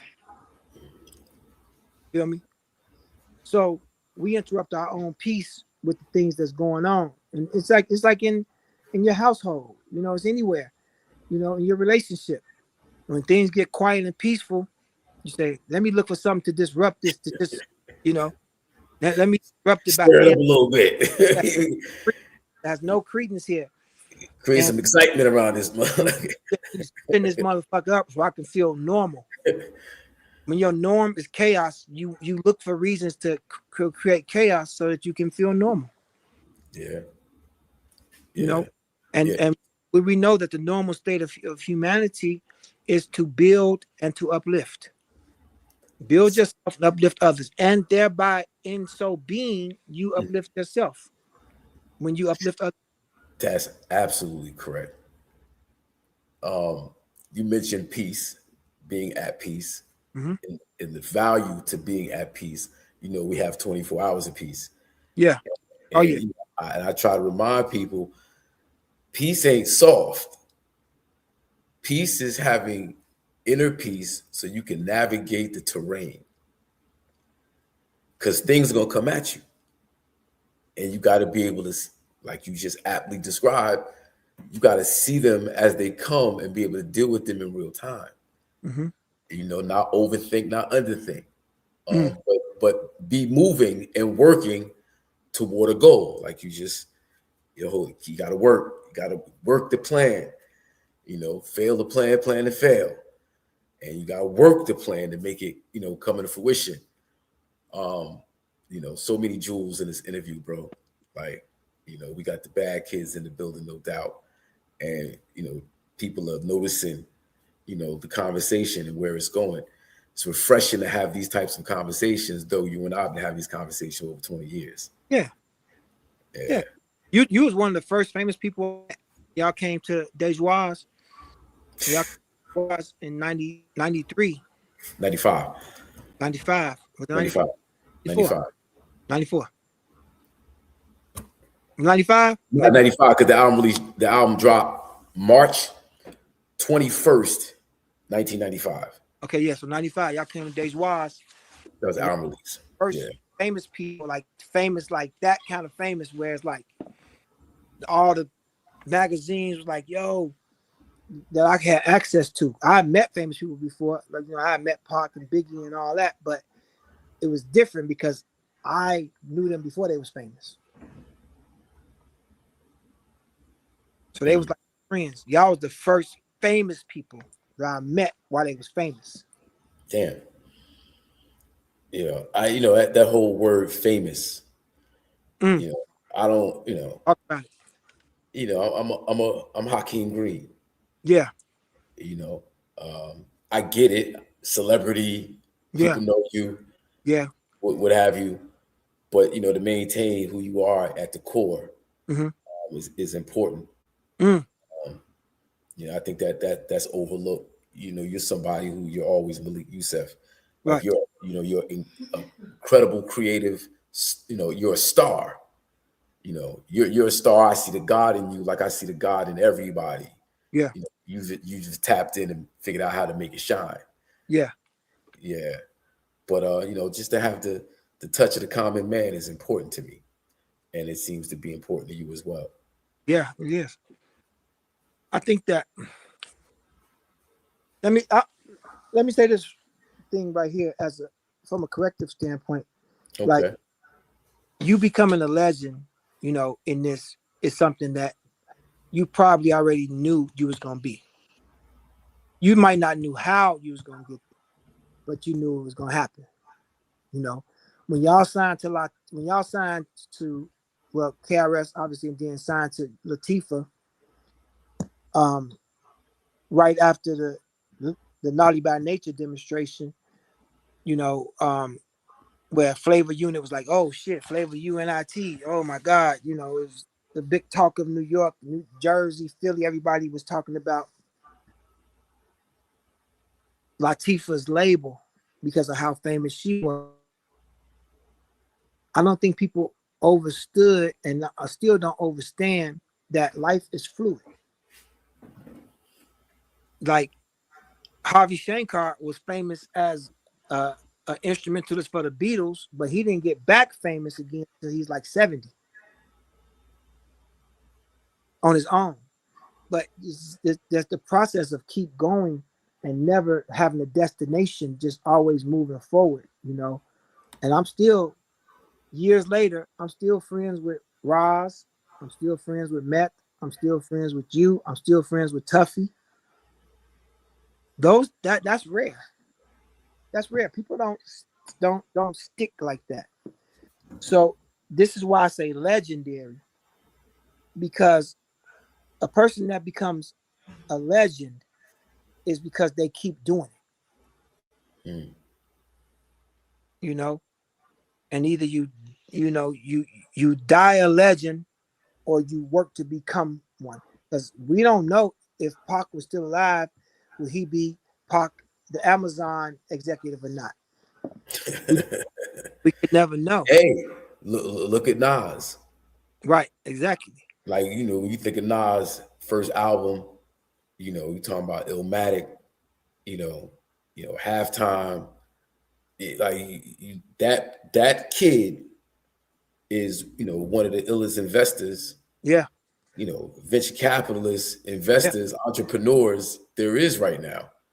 And to be able to, there is visualization involved. You got to see it in order to achieve it. True. So in that sense, I pretty much knew I was going to be impactful. Yeah. Legend, considered a legend. We wasn't using the word legend back then, like that's true. In the 90s. So we didn't. Am I going to be a legend? Like, what was a legend? A legend at that point was probably Kaz. Yeah. Curtis Blow. Curtis Blow. But like all these other jokers is like, the niggas is still putting it down. The KRS Ones, the Kanes, like of course they're legends, but we didn't. They was just everything actually. Chris, Kane, Coogee Rap, Slick Rick, LL Cool J, Run DMC. Yeah. So you talked about meeting Pac, the whole kind of digital underground Money B. It was like you was really doing on the business side more than the artist side, right? But in terms of, in Chicago coming up, who was you into musically? Chicago? Yeah, I'm talking about 82, 83, 84, 85. Who was we listening to, or who was? Yeah, not to blow you up on your age. Let me not ask you that. But I'm trying to just get a sense of, like, it's one of them hip hop conversations where I'm trying to get context as to when you first see somebody break dancing and popping. And I ain't talking about New York. It could be something that happened in Chicago that was like, oh shit, this is the new shit. Or this is what motherfuckers is doing now.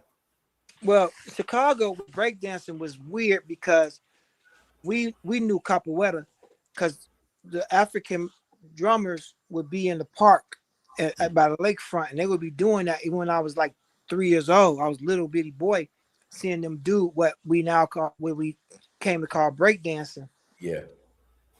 And so it was capoeira, but obviously breakdancing is an elevated dance form of those things. But so that was no culture shock. And then, my father and them would use the word rap when I was little. My father was in the House of Simba, the House of the Young Lion. They was very cool with the Black Panther, so they was like, "Let me rap to you." That cat was rapping, man. Mm-hmm. That cat was rapping. He's really rapping, man. And so when we heard the first rap song I heard was Sugar Hill Gang, the hip, the hop, the hippie to the Delight. Rapper's Delight.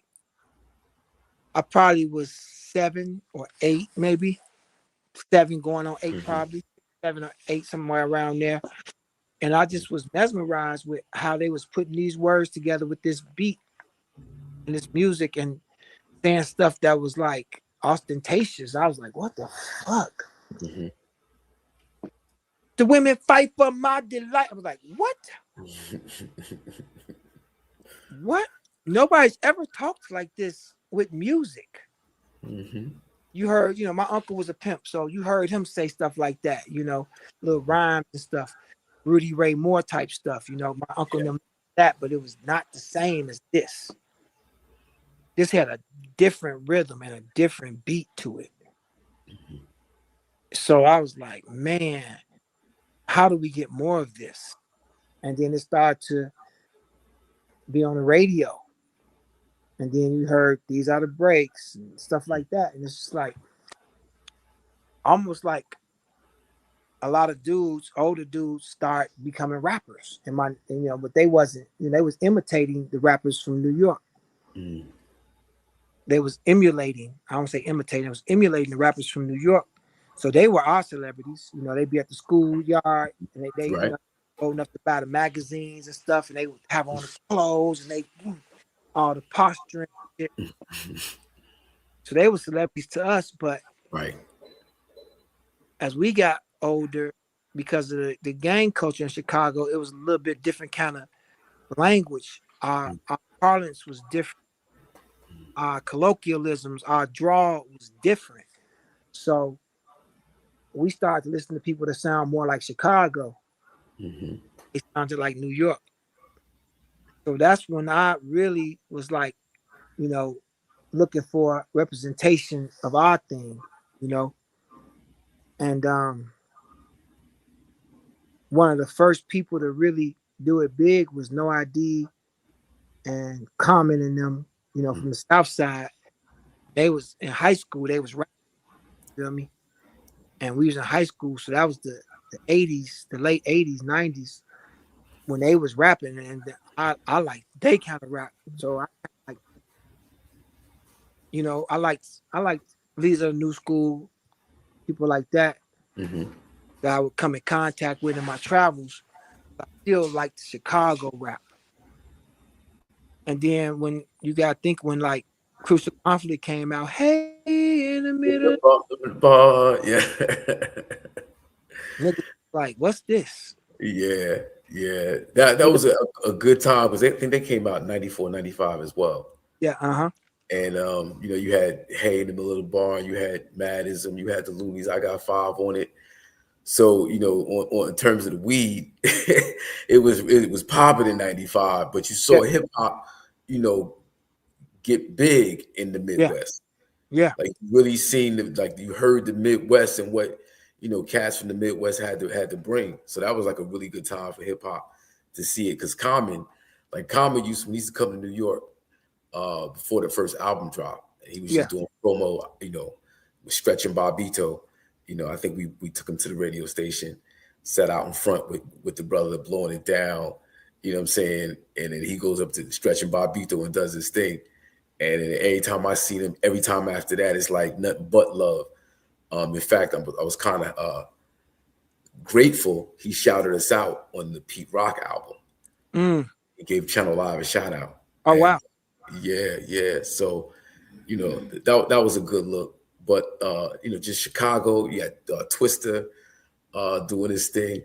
Rhyme Fest. I wanted to make a point to discuss Rhyme Fest because he's consistently putting it down in a real way at home in Chicago. Can you talk about that? Yeah. So I didn't meet Fest until I started working with Ye. Mm-hmm. And he had did the Jesus Walks. And I was just amazed at his skill level, because I regard myself as having a very high linguistic skill level. Mm-hmm. Very in tune with things. And I learned a long time ago where you give your attention away all day to different things, right? But it's like, I feel like, I think Simone Weil said that. Simone Weil says, that's generosity. Just give it away a little bit here and there. Then the main thing you focus on, give the bulk of your attention. Mm-hmm. And so when you pay attention to is what your life becomes. So if you say, for instance, like I met Shorty, I met your wife, right? You know what I'm saying? Super dope. If she was focused on the girls around you all the time, she would have a horrible life. No, it's just guaranteed. It's like what you put in your cart, you don't take something that's not in your cart to the checkout counter. Because you have to pay for what you attended to. This person is an attendant. Right. This cashier is an attendant. So it has an exchange. This has this price on it. This has this price on it. This has this price on it.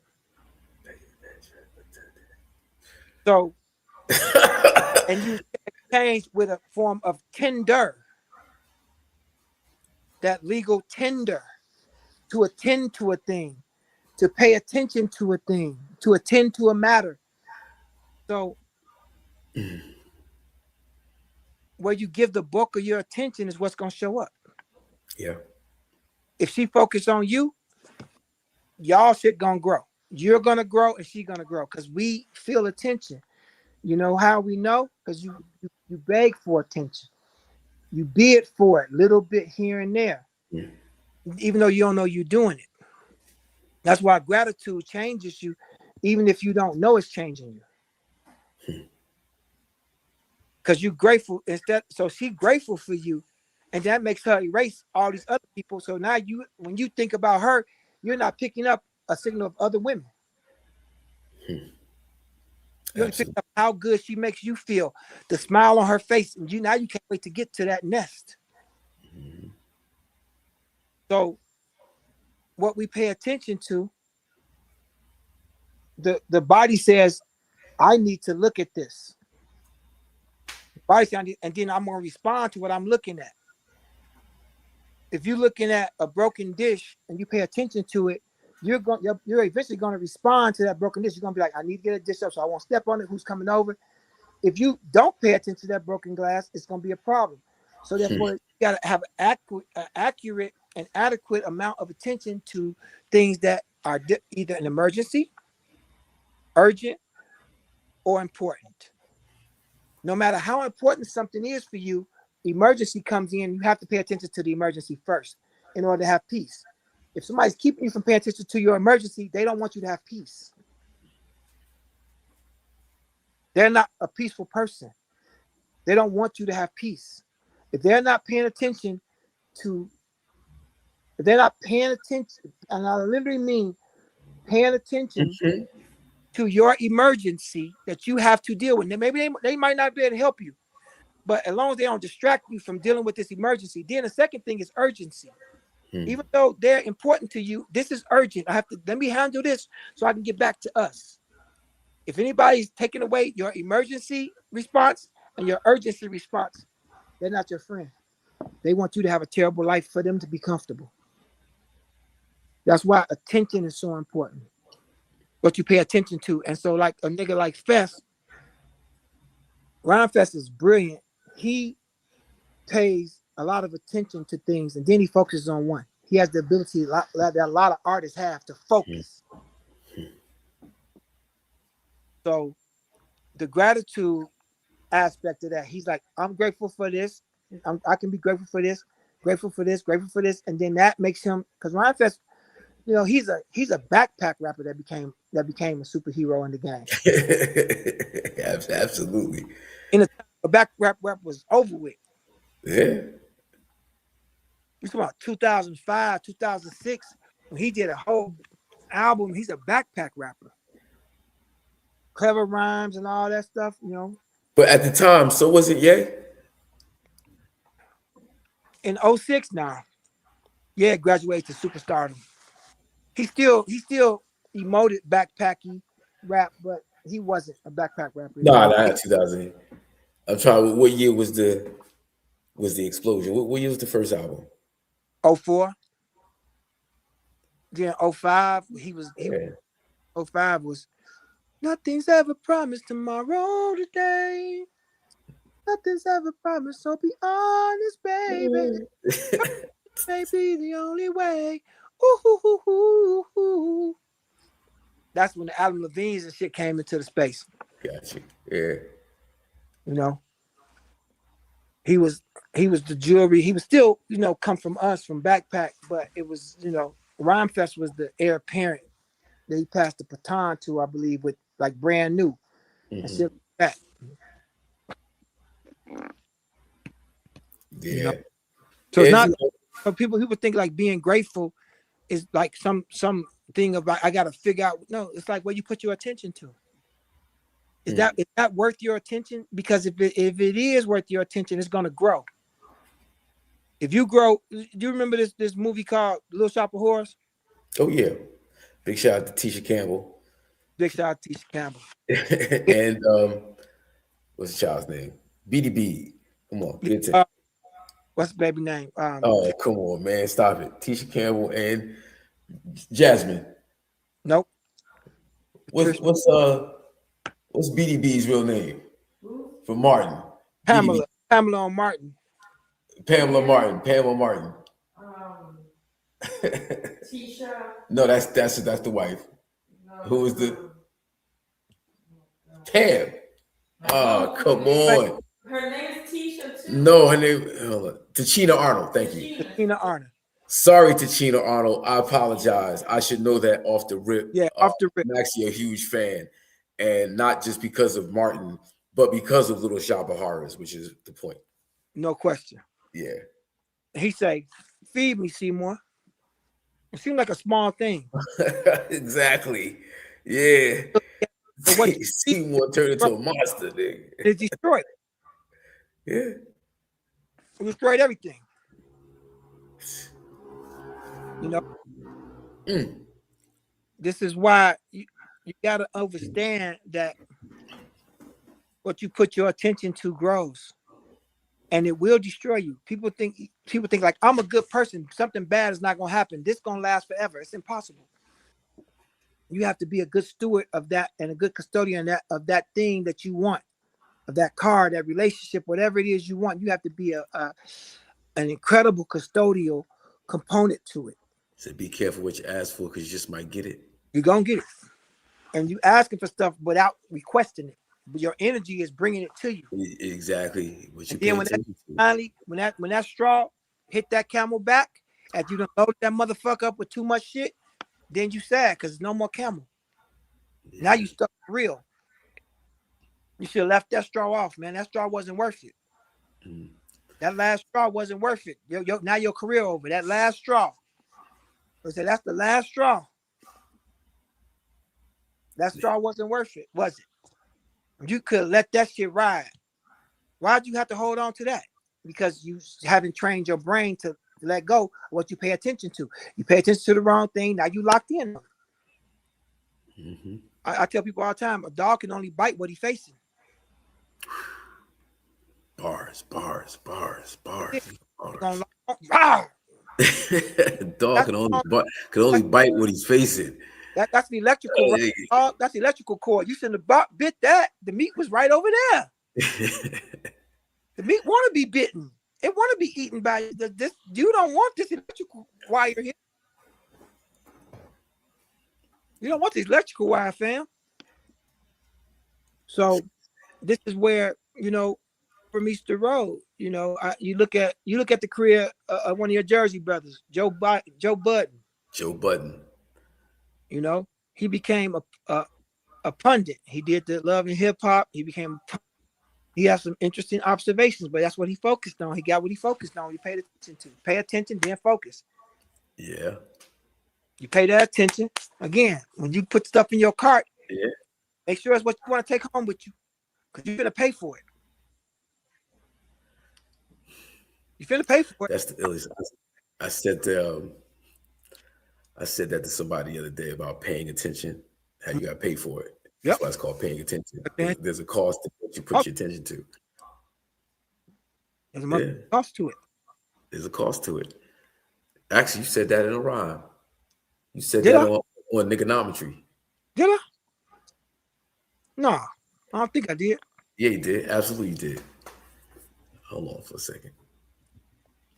You said 666. Come on, man. I know this rhyme. Because we got to perform it. We performed it in Miami. Yeah, we did. Art Basel, yes, sir. So when did you write your first poem and your first rhyme? I think my first poem was I tried to write a letter to my then kind of like girlfriend. It came out as a poem. I said, man. She said, "This is a poem. My friend Anastasia said you ain't write this." I was like, "I did write this." I said something, and then I said the quietness of your voice. Like, what do that mean? The quietness of my voice? And I was like, yeah, she ain't for me. An allegory of that. And then I think it was like love letters. And then I wrote a letter to my mother about her harming me, hoping that she would see it and hear it. Oh my God, I hurt my baby. But that wasn't to be so, so. And then I started writing a lot of poetry, and then I found out about open mics in Chicago. So that's when. What year was that? 93. Yeah. Beginning of 93. Yeah. So I need to know how that bar goes. So I want to play for the people in the building, Niggonometry, if you don't mind. Yeah, come on. Niggonometry by HAKIM GREEN, featuring Malik Yusef, produced by Ron Ahmed Lawrence.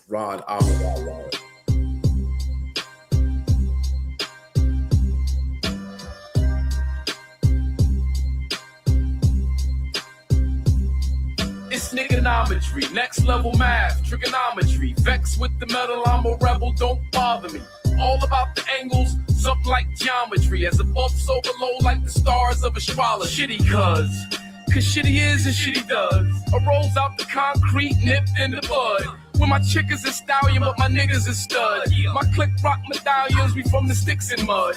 Recognize the love, weaponize my thugs. A novice at the game of life, but I specialize in drugs. I made a promise that I changed my life, but I'm next to the plug. Niggas be honest, they facing life arrested by the fuzz. Truth and fiction, niggas get crossed like crucifixion. Everybody a boss with no jurisdiction. Go around in circles, lost in addiction. Niggas keep it real, but just really contradictions. When my niggas got the steel, walk like an Egyptian. When it's time to eat a meal, we cooking chalk in the kitchen. Listen, the life we live, something missing. Like the man in the house after my pop's drug conviction. It's niggonometry, next level math, trigonometry. Vexed with the metal, I'm a rebel, don't bother me. All about the angles, something like geometry. As above, so below, like the stars of astrology. Trigonometry, next level math, trigonometry. Vexed with the metal, I'm a rebel, don't bother me.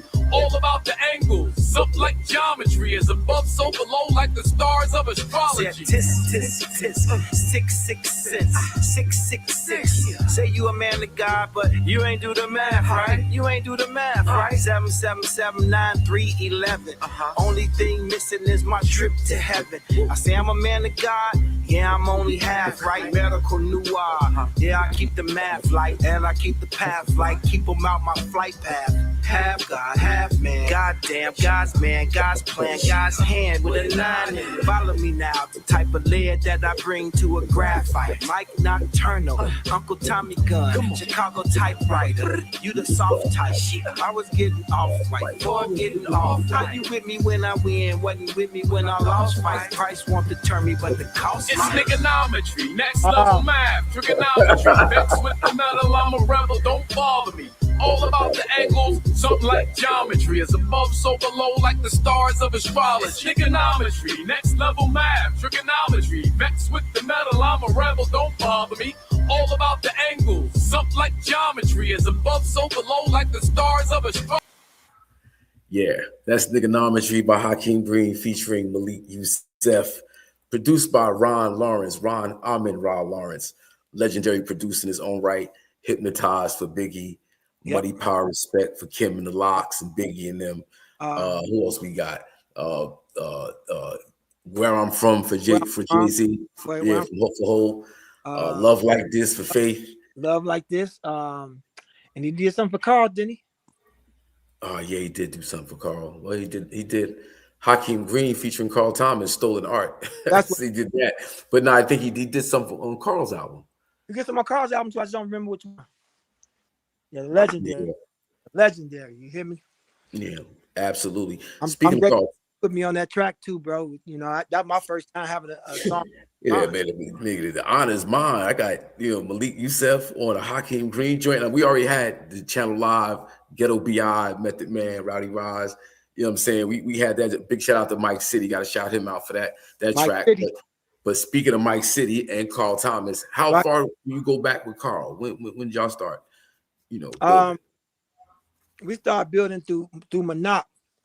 I knew him when Biggie was alive.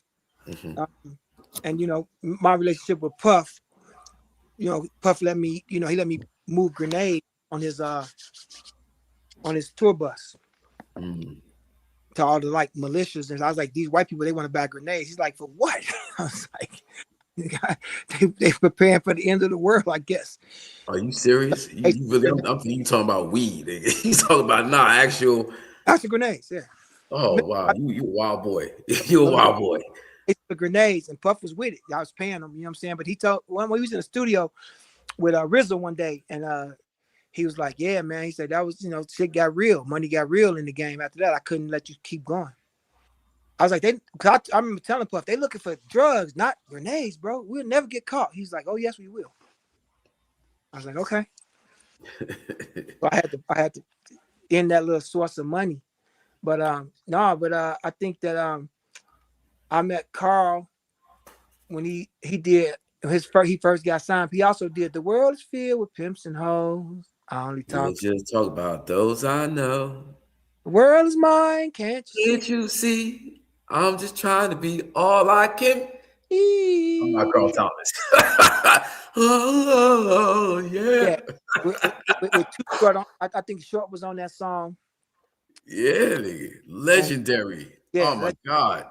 So you understand, like, jokers, we talking about that era, like, and what was going on, the height of, hip-hop culture, but, coming out of, like, the 60s, civil rights movement, you know what I'm saying? Black people were not mainstream. You had like, of course, Hollywood figures and you had certain people, but you know, we weren't embraced by the mainstream like that at all. You didn't see us on TV. If we were in movies, we was always playing stereotypical roles. You know, the Cosby Show was like, that was 83. That was the first time we saw, you know, a positive Black representation on a series like that. So, you know, get to the 90s, you know what I'm saying? To get to the 90s, and you got the music industries like, you know, Black entertainment and Black personalities, Black imagery, us being able to, you know, of course we had, you know, the street gangster shit, we had the backpack shit, we had the fucking, you know, we had the big, you know, Puff, Dre. These jokers was putting Black people up on the big screen and even on TV in a very, we just looked good in the 90s, I think. Yeah. You know what I mean? It was a good feeling to be able to roll around the country and, you know, create relationships like, you know, the one we have, and, you know, going out west, and you got different cities kind of connecting through their favorite rappers or people from the neighborhood who ended up like Naughty by, I grew up with Naughty by Nature. I went to grade school with them. I went to high school with them. You know, when I used to dance for them. You know, when they was just coming up as the new style. And then I'm in fucking Texas in 1993, I guess it was, and I hear OPP come on the radio, daytime radio in 93 for a rap record. I think that shit didn't happen. And these is my peoples. I was in homeroom with KG. I've known Vince since I was in elementary school. We're like, nigga, anything's possible. Yeah, everything's possible. You know what I mean? So it was a good time. It was a good time. Oh, so the point was, you know, I met Carl in 1990. Wow. Yeah, and you know, we were doing music, you know, before Channel Live. You know, him when he was singing with a group called The Formula. Big shout out to the Characters. We were both signed to them, and then, you know, watching his growth to, you know, leaving that situation, going to Bad Boy. Getting signed by, and like, this is Bad Boy at the height of fucking everything, you know. It's like, yo, that's my peoples right there, you know. Of course, we was already Channel Live, we popped off, so he probably felt the same thing about us. Yeah. But, you know, like Bad Boy in 1990, motherfucking 9, that was some different shit. Woo. We working on, he's working on his project, and you know, you guys are coming through. You, Ye, Mnop, you know, so it's ill how shit works when you look at it in hindsight. Like, oh shit. No, it is, man. I mean, I'll take it to when Mike City had the beat for I Wish I Never Met Her, and I remember him saying, like, I got, and then sleeping. You remember Mike City was living in the studio? Yeah. He wouldn't even go to Jersey. He would just live in the studio. And I remember, before I even knew what songwriting was, like, oh yeah, say this like that, change this like that. And Carl, you know, he was starting to experience a little bit of progress too, because, you know, when I came out, I was campaigning for Puff to put his album out, because Althea was like, man, Puff ain't on nothing with this. You know what I'm saying? Althea was like, we'll move to Midwest, Carl get a factory job, I'll be a nut. Puff, man, let me talk to Big Bro. You know, I was going to Tink. You remember Tink? Puff cousin. Yeah, Tinker. Yeah, no doubt. Absolutely. And that's when Mace was deciding to leave the label. Yeah. About that time. Yeah. And I told Puff, I said, man, you need to get behind. He said, Carl, he said, man, Bad Boy ain't no R&B label. I said, well, you got Faith? He's like, yeah, it's a female though. It's an R&B. You know, we ain't an R&B label. We got other R&B cats out here. I say, well, he said, you doing something with him? I said, I'm gonna be on the album. And he paused. He said, what you gonna talk about? Because that's when the album was called Cadillacs, Conversations, and Cold Nights. That's right. And he was saying he didn't like the title. There's a story about that. I know it is. I said, hey, Carl, you the boss. I said, Carl gonna do what you tell him to do. But that's when I was going. I said, everybody be listening to what we do. Because I was just taking us all to we all go to dinner, then we go down to Justin's. And they wouldn't even let Carl in. I was like, this Carl Thomas, man. Y'all Big Roy. I'm like, Roy, I'm gonna come in, I'm gonna buy a bottle, nigga. It's a Monday night, nigga. Ain't nobody And I called a couple girls down or whatever. So it started snowball like that. And Carl started revisiting the album. And then Chucky, Peace Be a Ton Chucky Thompson. Mm-hmm.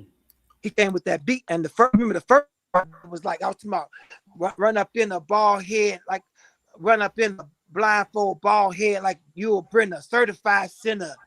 Mm-hmm. All that. Puff was like, nah. Nah. We're gonna have to do real R&B. And Mike City had that motherfucking song that we have been working on a little bit. Just enough words, just enough changes. Because Mike City a good writer too, not just a good producer. No, I think he's a great writer and a great producer. Yeah, amazing.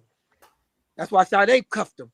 But I remember working on that just a little bit here and a little bit there. Him playing it, literally, we still had Walkman. We didn't even have iPods yet. We still had CDs, Walkman CDs. And it was just little tweaks here and there. And then he went to the studio for like 4 days and we came in there and Carl just started dancing in the studio. I don't know what studio it was, so many studios in New York, but I think it was probably it might have been Quad. It might have been Quad. I think he recorded You Ain't Right at Quad. Yeah, it was You Ain't Right. So this something right. It was another. Yep. It wasn't a one. It might not have been Quad, but Carl started. Yeah. And so Bad Boy, Mike and Tuck. Huh? Say it again. I said, Carl, let's go to Bad Boy tomorrow. That's when Cheryl Wesley and them was there. Marsha was all there. Yeah. And we was coming in. I said, let's just go every day and play them new music to get the office excited. And the girls in the office was getting excited about the album. And then Puff gave me $15,000 to do the poem. And I just kept 5 and gave Carl 10. I still spent the 5 back with us as a squad. You know what I'm saying? I spent it back with us. Me, you, Benny Boone, Tough. Yeah. Talk show. Talk show. Talk shit. Carl. You know what I'm saying? Rest in peace, Emmanuel Dean. Hold on. E-Man dead? Yeah. He passed away a while ago. How long ago? 6-7 years ago. What? E-Man changed over? Yeah. No, rest in peace, E-Man. No. Yeah. You know, his son was a Major League Baseball player. Yeah, I know. That before he passed, and that shit to me was beautiful because he got to see it.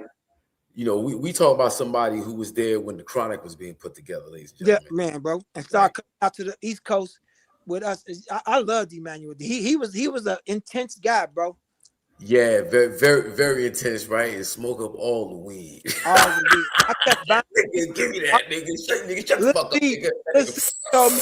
up, nigga. Let's see. He said, "Hey, bro, when you come to New York, just get 2 pounds, cause Carl and them gonna smoke you out, bro. They gonna smoke you out of all of it." Yeah, he was smoking niggas out with my weed, nigga. No weed. Remember, I told you was like, I was like, "Hey, Hakeem Green, call you Hakeem Green for a minute. I need a whole thing." You was like, "A whole one?" I was like, "Yes." Yeah. Like you can't broke that shit down. I bought the whole pound from you. On the other side of the Madison blow up, you know, pushing weed was kind of like it just made sense. Yeah. So you know, nigga Carl had my weed out on the No Way Out tour. Yes. I had him and Baby Bruh. Big shout out to Baby Bruh. Baby Bruh. Yeah. Baby Bruh. Where's Baby Bruh from? Brooklyn? He's from Brooklyn. Yeah. Right. Absolutely. But Emmanuel Dean, you know, he used to tell us how much he was involved in the you know, I think it was Gin and Juice. Gin and Juice. It was Gin and Juice. And I didn't believe him. I was like, yeah, right. No way. No way. No, he's for real. That shit used to piss him off. And then, you know, I had Snoop tell me a very detailed story that I'm not going to share. Right. But it confirmed everything he said. Everything he said. But also, DJ Rogers confirmed it too. Man. Big shout out to DJ Rogers. Chop DJ Rogers. Yeah, that's my bro right there. Summer Rain. Yeah. That's right, Summer Rain. See, that's the thing. Like DJ Ron, I've known DJ since like probably 92, 93. Yeah, I wasn't nowhere in the game. I was just moving around. You know, I was in LA a lot, but the only person I really knew was AMG, DJ Quick them. Quick never was nice to me. You know what I'm saying? He never was cool with me. Why you say that, guy? He just never was cool with me. You know what I'm saying? He never was cool with me. I loved him though. I love DJ Quick, but he never took a liking to me. I think it was the Pac shit too. I think it's part of the Pac shit. Yeah. Wow. Pac shit, you know. He never took a liking to me. Yeah, I just, you know, as talented as that man is, play all the piano. You know, Prince loved DJ Quick. Yeah, I could see Prince that. Loved that man because they, you know, they polymaths, man. They could do all that cool shit. Right. Can me just interrupt you right fast? Because when you say Prince, who's one of my favorite artists of all time, okay. Prince is in terms of his what do you call him?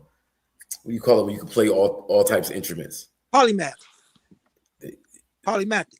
Yeah, this dude is next level on everything. Drums, lead guitar, bass guitar, everything. The cymbal, the triangle, nigga. He's everything. All his vocals, he's doing everything. And it sounded like, you know, you had a whole bunch of folks come in and produce all that, you know, all the Prince and the Revolution music that you heard was like all Prince, damn near. Yeah. If not, everything. Probably all of it. However, for me, I said the other day, the greatest single individual in the history of the music business is Michael Jackson. Yeah, of course. 100%. I said that in Bad Kids. The Bad Kids vouched for it. I said Prince could play every instrument, but didn't have nothing on Michael Jackson because Michael Jackson did it for the people. Prince did it for himself. All them Prince songs he made for Prince. Ooh, damn. Damn. Ooh, you hit home. Michael Jackson did a song for that person right there, the girls in the balcony. Ooh. Couldn't play an instrument. Couldn't play an instrument. Couldn't even write music. Could write songs, but couldn't even write music. Wow. Prince did it for Prince. Michael Jackson did it for the people. It's the difference. Nah, see, I didn't even look at it that way. Yeah. I was looking at it from in terms of, you know, who he is as an artist, a performer, most recognizable person on the planet. You know, the songs, the dancing, the movies, like the everything. And his business acumen is like, oh yeah. Mike's, you know, what he was able to do with the publishing game, ended up owning half of Sony. You know what I'm saying? And Beatles, Elvis Presley, Eminem. He owned so much of the publishing, and he just he would give black artists their publishing back. I forget. Little Richard is publishing back. Little Richard, yeah, like, you know, honoring the greats. And, you know, he's not the only person that has that type of philanthropic heart about him. That's true. But the level in which he did it on is like, this thing is fucking, he's the greatest of all time to me. Yeah, no question. Without a doubt, contradiction. Yeah, but rest in peace to both of them, because Prince, even, you know, in his own right, you know, in terms of his business acumen and pushing the limits in terms of independence and, yeah, you know, kind of, you know, pushing back against the industry and how they treat black artists vocally, outwardly. You got to respect that. Yep. Absolutely. Yeah, man. But yo, man, like, you know, tell the people what you got going on right now. Well, no. Before you do that, you got 9 Grammys and for what? Eight Grammys. If for what songs? Oof, I got 44 losses. He said I got 44 losses. 44-time Grammy Award loser, Malik. Man, listen, you got 8, bro. You know what I mean? Yeah, I got like a couple with Kanye, a John Legend, a couple Beyonce's, You know, like that. A couple Beyonce's. I got a John Legend, some Kanye's, and some Beyonce's. Yeah. That's nice. That's nice, yeah. Man. I love that shit right there. Blessing. I love it. So, you know, there's a controversy around the Grammys. Of course. And, you know, somebody hit me the game back in the 90s. And it immediately made sense and then dispelled any illusion as to anything. It's called the Academy. Come on. That's what it is. Come on. And you know what I'm saying? Over the years, the Academy and the Grammy in particular has value. So, you know, it's always been the same thing. It's just good to see Black folks pushing the envelope. You know, we talking about word category. You talking about, you know, Ryan. No, I'm sorry. What's the brother who produced the Grammy show? Unfortunately, the Will Smith, Chris Rock thing happened. Oscar show. Yeah, the Oscars. Thank you. That's the Oscars. That's that. Keon. No, that's Will Packer. Will Packer. Yeah, but that was the Oscars. That wasn't the Grammys, right? Yes, but to see the envelope get pushed is a great thing. No question. Yeah, man. Yeah, no. All these things are institutions that we didn't build, so all we can do is operate within them to our best ability. You feel me? But now we have, you know, peace be upon Chucky Thompson with Carl. He, you know, he did that. His big song was "Turned Away." Mm-hmm. Turned away when you should. Yeah, that's my shit. Yeah. Turned away from love. Yeah. Too many times I feel we were in time. That's it. So when I go back through, as you know, being over at Universal now, I'm gonna go back through his catalog and see everything he produced on and wrote on and stuff. You know, that's why this is a 10-year thing that I'm doing with Universal. Yeah. To go back and look at all these connective tissues. Mike City with Sade and with you and with us. Me now having a song with Ron through you. Thank God. You know what I'm saying? I looked up to Ron so much, but he wouldn't even hear from me. He's like, hey, poetry, nigga, get the fuck on. You know? Nah, get out of here. That's not how it went down. Oh, yeah, no, for real. Okay. Yeah. It was cool. I mean, he big time producer, man. He got huge hit records. I'm like, man, I would love to get a beat from you for this poetry album. He's like, man, if you don't get your goof ass. Are you serious? Nah, dude. Come on, stop it. He didn't say that, but that was his attitude. He's like, oh, poetry. Okay. Yeah, well, that one of the downsides of that era, you know, how can I say, you tend to say things that you really don't mean. Yeah. You just say what you feel. You talk with your feelings as opposed to your. Nah, man, but that niggonometry joint is hot. Yeah, I like that. You kind of raised the bar for me. You know what I'm saying? And that was a good thing. You know. No, you said the thing. I said cost. I said yeah. I said I probably handle the price, but maybe not the cost. Like certain things cost you too much. The price ain't the problem. The price is the same for everybody, but the cost for me is too much. Certain things cost me too much. If the cost of your piece is too expensive, I don't give a fuck how much you want it, how much you love it. If it costs you your piece, if you're constantly in a state of flux, it's too expensive. Anything that costs you your piece is too expensive. Like if I went and got the brand new yellow Lamborghini truck and I lived on 127th and Wallace, it's gonna cost. I gotta look out the window. With my shit, nigga, it's my alarm go off. Yeah. Nigga protected my Viper out this motherfucker. Right. If I gotta ride with my bitch, gotta ride with shotgun on. I gotta ride with Uzi to get off the block. It's too expensive, man. Right. Exactly. So cost is too deep for me. You know, if I live there at the crib, you know, where I grew up at. Right. So the song is called Niggonometry, right? Mm-hmm. And it's the upside down world where right is wrong and wrong is right. Mm-hmm. And you know, pay the cost. Yeah. You know what I mean? Like that's a dynamic that the people need to pay attention to. Like there's the immediate price to something, but then it's everything that comes along with the thing. Come with it. You know, yeah.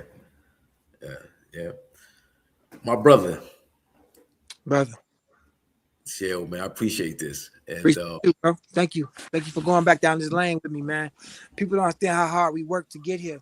They think it's telling my people weren't even looking at me as an artist when I was working all the time. I did the Common album at that point. Also, I had done, and that was 3 years prior to working with Carl. I had a 3-year lapse between my successes. But I was still hustling to get there. And then I caught a record with y'all because I was trying to do something for Carl. You know, paying a little rent here, there, money for food. Caught a record with you. And then I come to the studio, Meth is in that month. Nah, brother. Yeah, you always had them bars that we used to cipher up. You know, we spend a minute just spitting bars, poetry back and forth to each other, sharing the creativity. No question. And I knew what it was. So it was like it was no thing. We doing this project. You know, let's hop on Ghetto Business. Yeah, legendary. People still hit me about, nigga, I ain't even know you was on this song. Yeah, yeah, that's it. That was my first song played in New York. And it played on Mix Show, and it was like 5 DJs played that motherfucker. I think SNS, he only had Saturday nights. So he played it. I think no, he didn't play. He played it on a Saturday because SNS was he was also the DJ. You know how I got it to SNS? He was the DJ at fucking Justice, bro. Yeah. Absolutely. That's how I got it to him, and that's when Black Rob was Peace Be Upon Black Rob. Yeah, he's also on that album.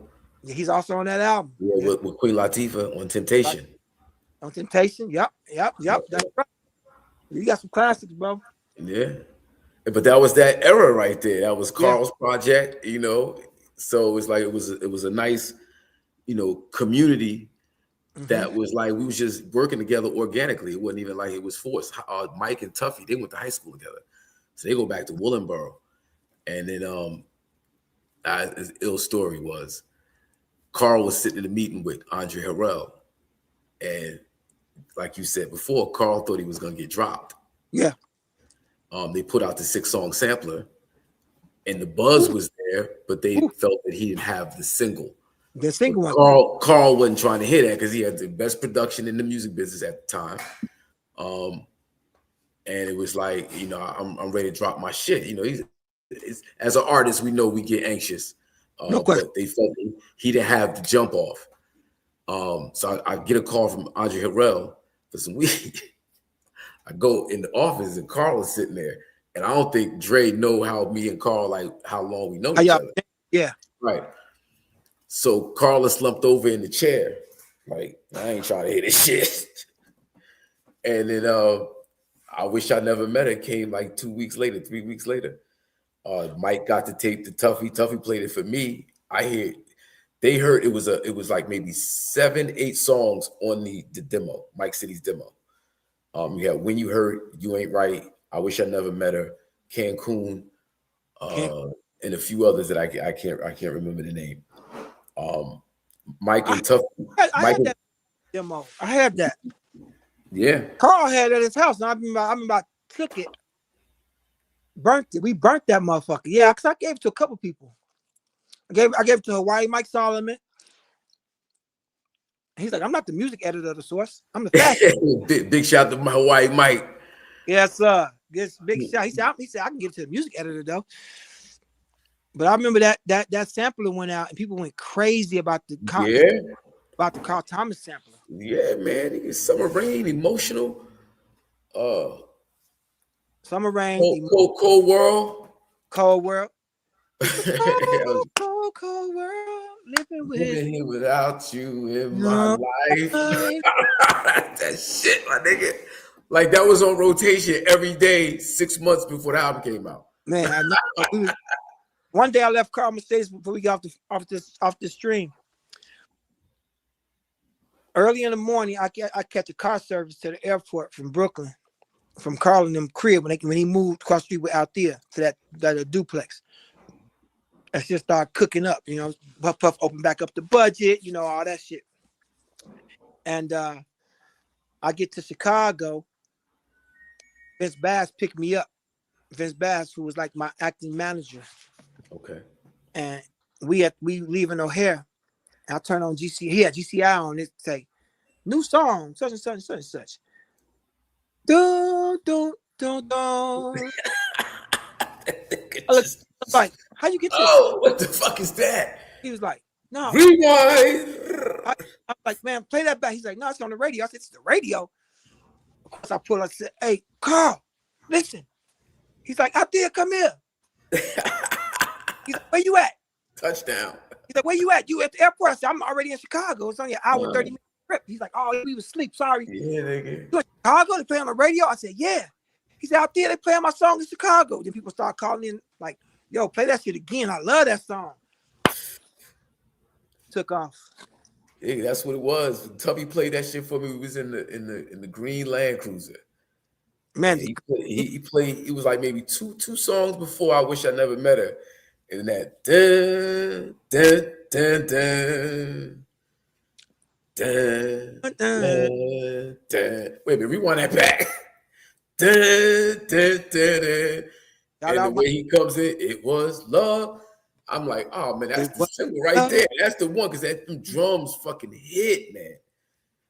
I remember Carl to sing it the right way, and him just being like, "What?" Yeah, like 5 takes. What was it, 6 takes or something?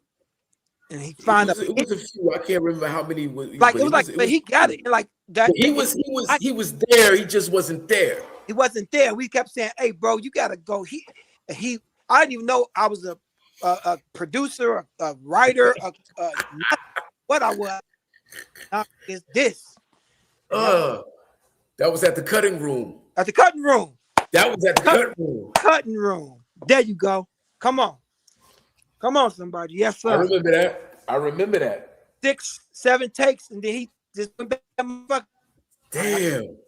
You know what he did? He smoked. We was like, why are you smoking? That's exactly what happened.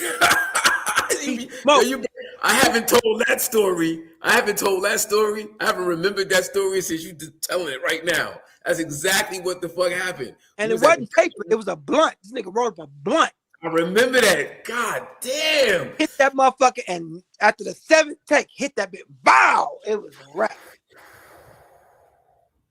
That's exactly right. She chose to stay.